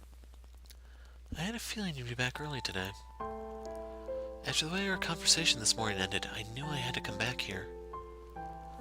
Although a part of me found Sara's concern touching, I couldn't take what I was hearing at face value. My circumstances suddenly change, and Sara just so happens to be at home waiting for me. I'm hallucinating again, aren't I? Unsure of whether Sara was really in front of me or not, I tried my best to proceed like my usual self. Sara, I told you it was nothing to worry about. You can't skip school just because I said something stupid. But I was right. You are here. Something happened after all, didn't it? Damn. Whether she's a hallucination or not, Sara is as perceptive as ever. Like I said before, it's nothing bad. My shift for today has been changed, so I'll be working tonight instead of during the day. Is that really all? Of course. I know we've had some rough patches along the way, but that doesn't mean every little change of plans is something to fret over. By this time tomorrow, everything will be back to normal, and you'll have nothing left to worry about. I knew it. Something is about to happen. No, weren't you listening? Stop worrying and... I was listening, and that's exactly why I'm worried. You keep telling me not to worry, but you've been acting strange, and I don't just mean today. I thought maybe you were feeling awkward about what we've been doing. But in the end, it's not about that at all, is it? Something important is going on, and you're trying to shut me out once again. I told you before, didn't I? I don't care what you do for a living or how you make your money. I just can't stand being in the dark like this.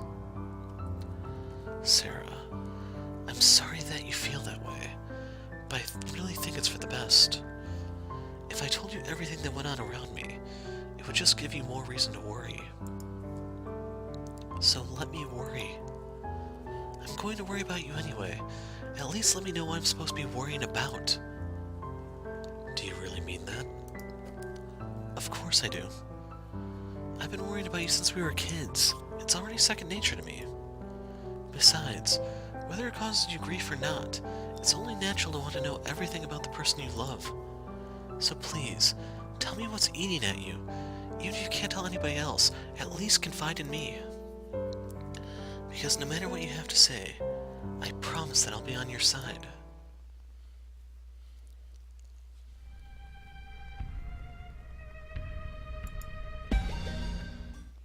I see.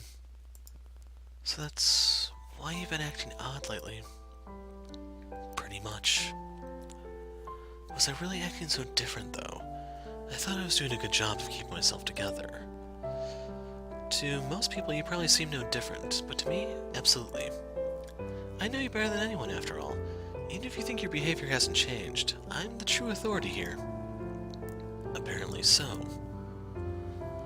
After being confronted by Sara's loving approach and convincing myself that hallucination would pressure me about something like that, I eventually caved in. I told Sara that I have some very dangerous work to do tonight, and that I probably wouldn't be back until morning.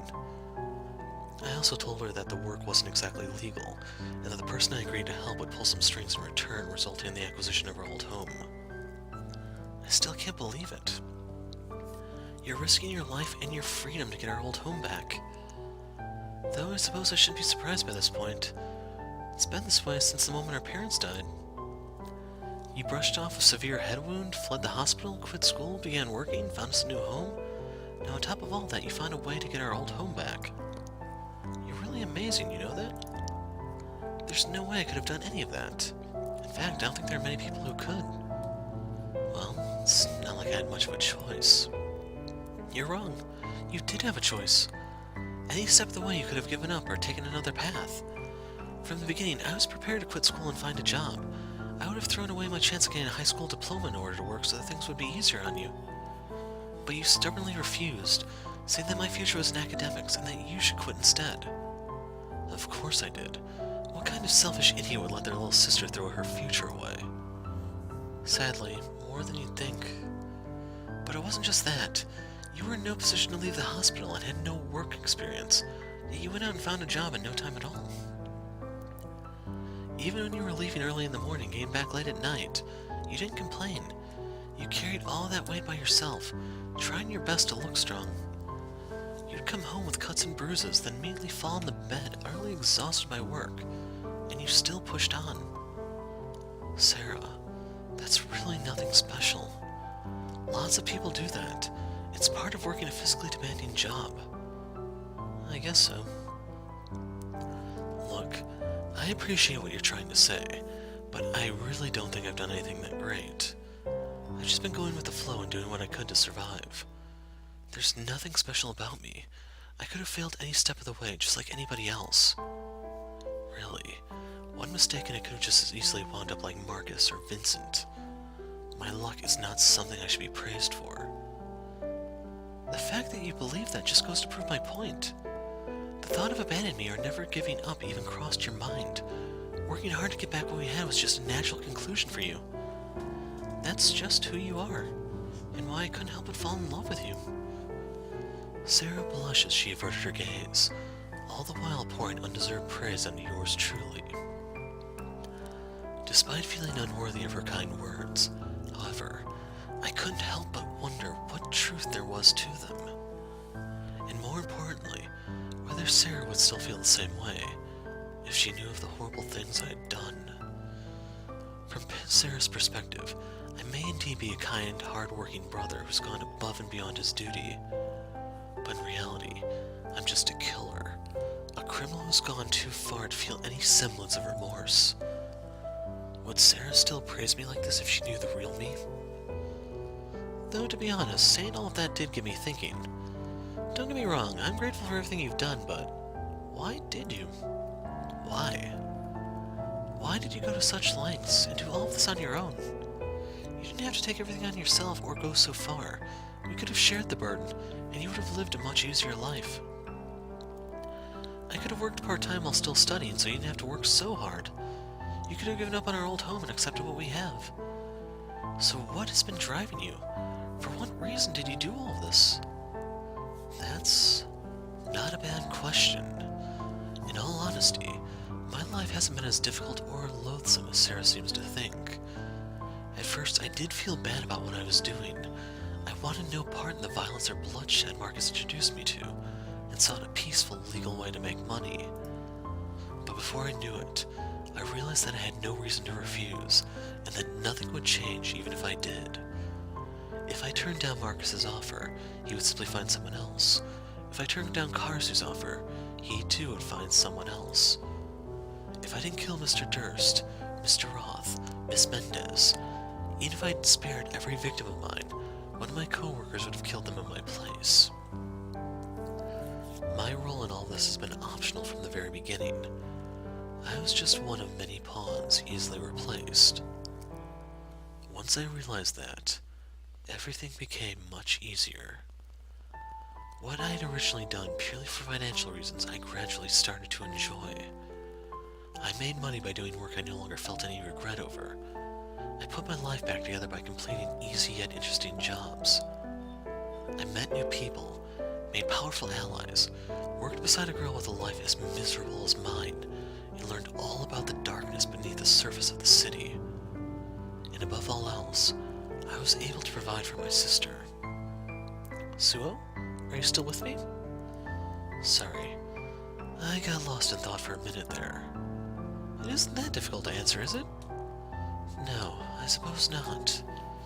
There are many reasons why I've been living as I have, but above all else, there's one thing that's kept me going. So I'm sorry if that sounds corny, but the answer to your question is you, Sara. Me? I'm the reason why you've been trying so hard? You said it yourself, didn't you? I never even thought about asking you to quit school or about abandoning you. Without our parents, no, even before they died, you've always been the one consistently good thing in my life, and the only person to take my side. You kept me together, you made our new house into a home, and gave me a reason to keep pushing on. Call me a siscon or a pervert or an incestuous bastard, but the fact is that I'd do anything for you, Sara. You're the only reason I've made it this far, and I have no doubt that wherever I end up, it will only be because of your support. Suo, you're the reason why I'm able to do my job without regret. If it's for your sake, I can justify any action I take, no matter how heinous. So if it's in your best interest, then I'm not afraid to fight until the end, no matter what becomes of me. Suo, please don't. You said you'd do anything for my sake, right? Then please, whatever it is you have planned for tonight, don't do it. Sara, it's a little late for that now. After tonight, I won't be doing anything dangerous anymore. I'll have our old house back, and I'll get a proper job. That's what you want, right? Then, at least promise me. Promise that you'll return, and then we'll both live in our old home together, as happily as ever. Sara, that's... I don't care what you have to do or what you've done until now. I just want you to come home to me like you always do, safe and sound. Sara continued to stare at me with teary eyes, her voice cracked and barely discernible. Despite her soft expression, I could feel the urgency and desperation in her voice, as though she knew exactly what kind of danger I was about to face. Sara really must be able to read me if she's getting this worked up. My job is dangerous, tonight more so than ever, and there's every possibility that I won't make it back, at least not with my vital organs all intact. But if Sara's asking what is the one asking this of me, then alright, I promise. Even if I have to crawl home on my hands and knees, I will return to you, once and for all.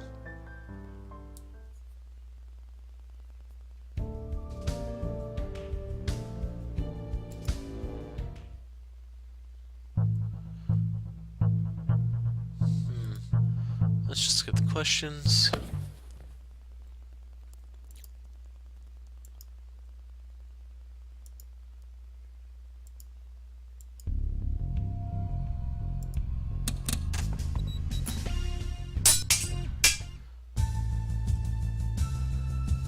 So we're cutting to our battle with, I think this is Leon? Sounds like his name. I'm already running late. Misa and Sara will be along any second now. I need to get out of here and return to Sara. Momentarily blinded by greed, my heart skipped a beat as I remembered why I came to Adder in the first place. It wasn't to make millions of dollars, nor was it to have some noble sense of loyalty towards Karasu. I did it for my old home, or more precisely, the girl who would be waiting for me there. I have to admit, Leon, that's a pretty impressive offer. I'd have to be an idiot to decline. Unfortunately for both of us, there's only one member of my family gifted with beauty and intelligence. And it sure as hell isn't me.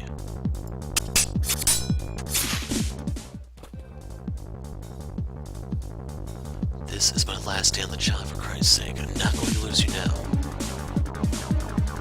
faces of Marcus and Victor both came to mind as I dared to think that I might lose Misa here too.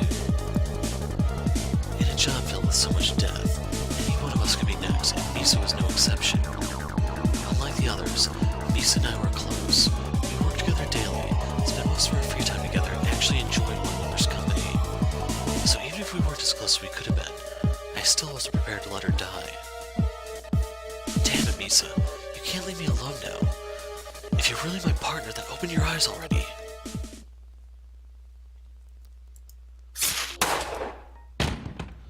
So this is it, huh?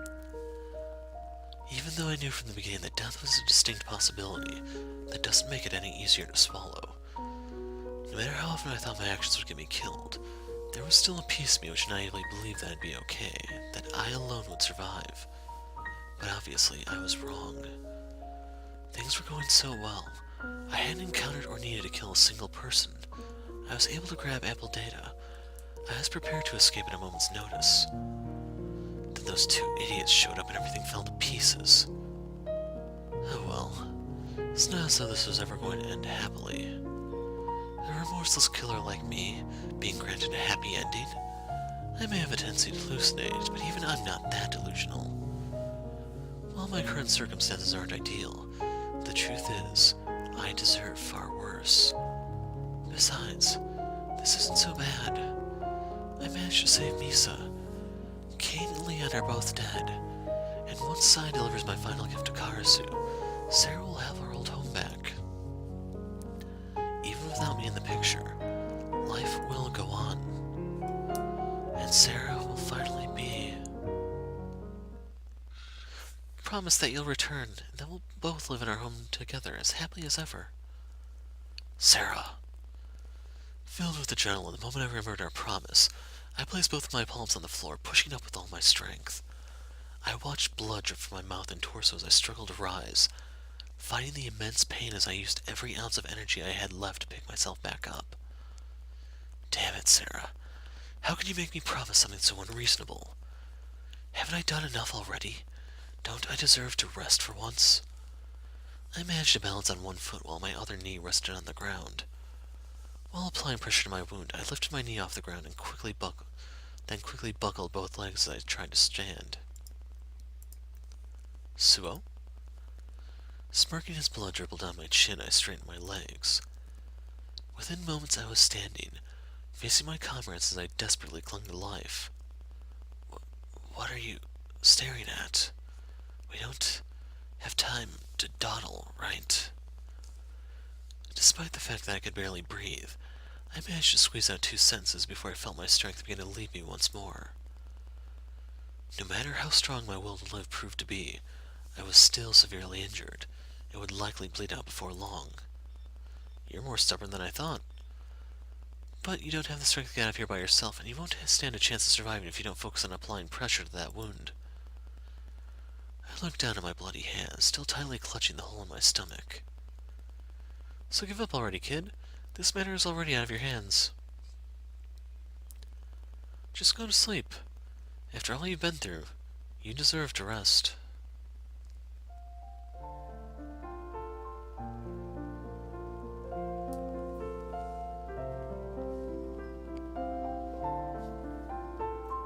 Yeah, I'm still not sure on which route was first, Misa's or Sara's.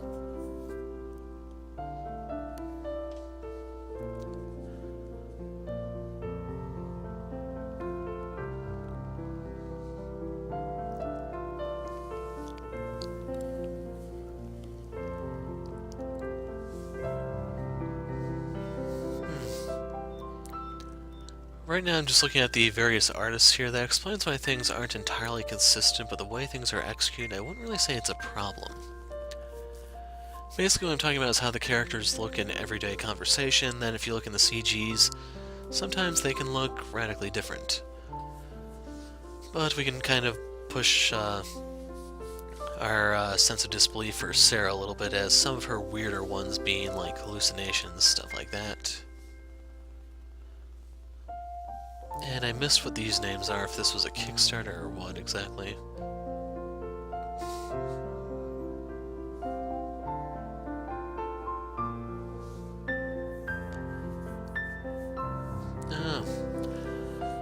So we have the fonts.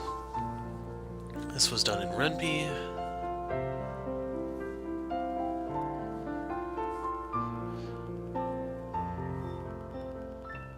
And that concludes our credits. The next day. Wednesday morning, December 7th. As I slowly opened my eyes, I awoke to an unbelievable sensation. My vision was filled with the sight of a pale ceiling and fluorescent lights. Beneath my head I could feel a soft yet solid object elevating my skull. My torso rested on something similar, albeit flat. My fingers traced along a familiar surface. It was warm, comfortable, and provided me with a sense of ease I never thought I'd feel again. Am I in a hospital? I weakly moved my neck, eyeing the right side of the room. Although I saw nothing to support my guess, I was very certain that I was correct. Unbelievable. I never thought I'd be relieved to wake up in a hospital, but here I am. My memories after getting stabbed were hazy at best. I remember trying to get up, holding onto my wound, and getting reprimanded by Sai for my effort. But as Sai walked towards me, my consciousness began to fade, and with it I lost all memory of what came next. Did Sai and Misa carry me out? I did save Misa moments prior, so I suppose it's not out of the question that they would feel compelled to return the favor. I returned my head to its original position and closed my eyes, already tired of trying to piece together fragments of my memory. It doesn't really matter how I got here. The important thing is that we all survived, and with Adder now behind us, my habit of flirting with death can finally come to an end. Suo? Prompted by a barely audible whimper, I turned my head once more, this time to the left, and what awaited me was a sight I never thought I'd see again. Sara? Suo, you really are awake. Laying right next to me was Sara, trying her best to smile as she fought back tears. The doctor said you wouldn't wake up for a few days, but I knew you wouldn't leave me alone for that long. The second I was told where to find you, I rushed over, and I haven't left your side since. Doctors. So I really am in a hospital. But how did they contact Sara? I had no ID with me, and even if I did, they shouldn't know where I live or what her temporary phone number is. Is this Karasu's doing? You know, you really had me worried for a while there.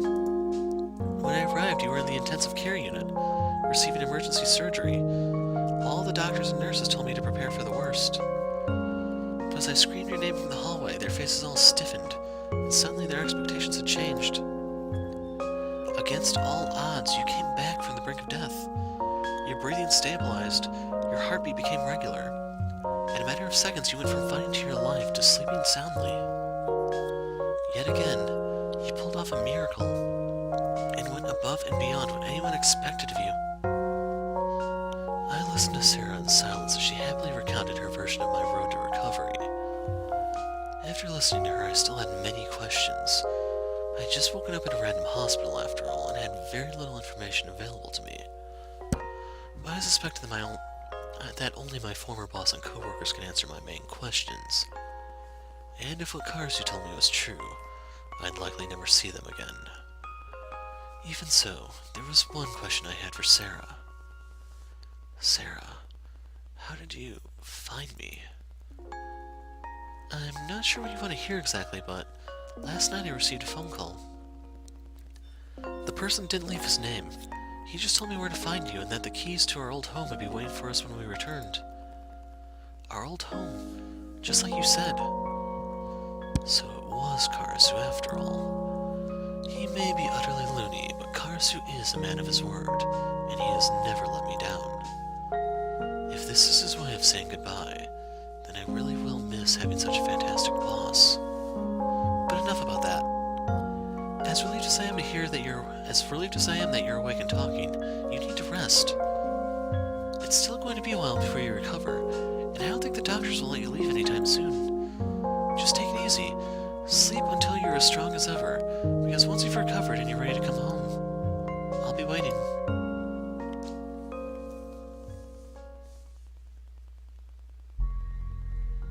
and that is Sara's route. So I imagine there's a couple CGs here and there. This would probably be Spare Lucia. Not sure which ones are there.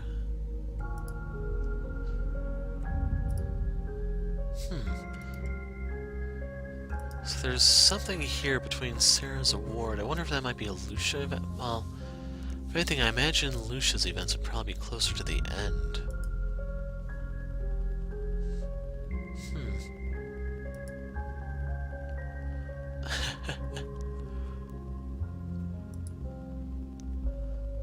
No regrets. First love, by your side. Wonder where all these CGs are exactly. Now, there is a third ending already in the game. That's where you fail to save Sara and survive the final mission. It's called Together Again, I think, and yep, it's a dark ending of sorts.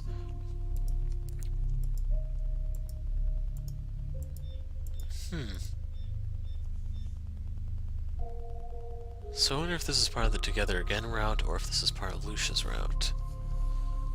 Still a little glitchy, but as promised, there is Sara's route, and now the only order of business left is to wait for Lucia's, and I don't know how far I'm going to go in Ace Academy, but I'm going to look into starting a new visual novel soon, since I imagine some of you are probably going through withdrawals.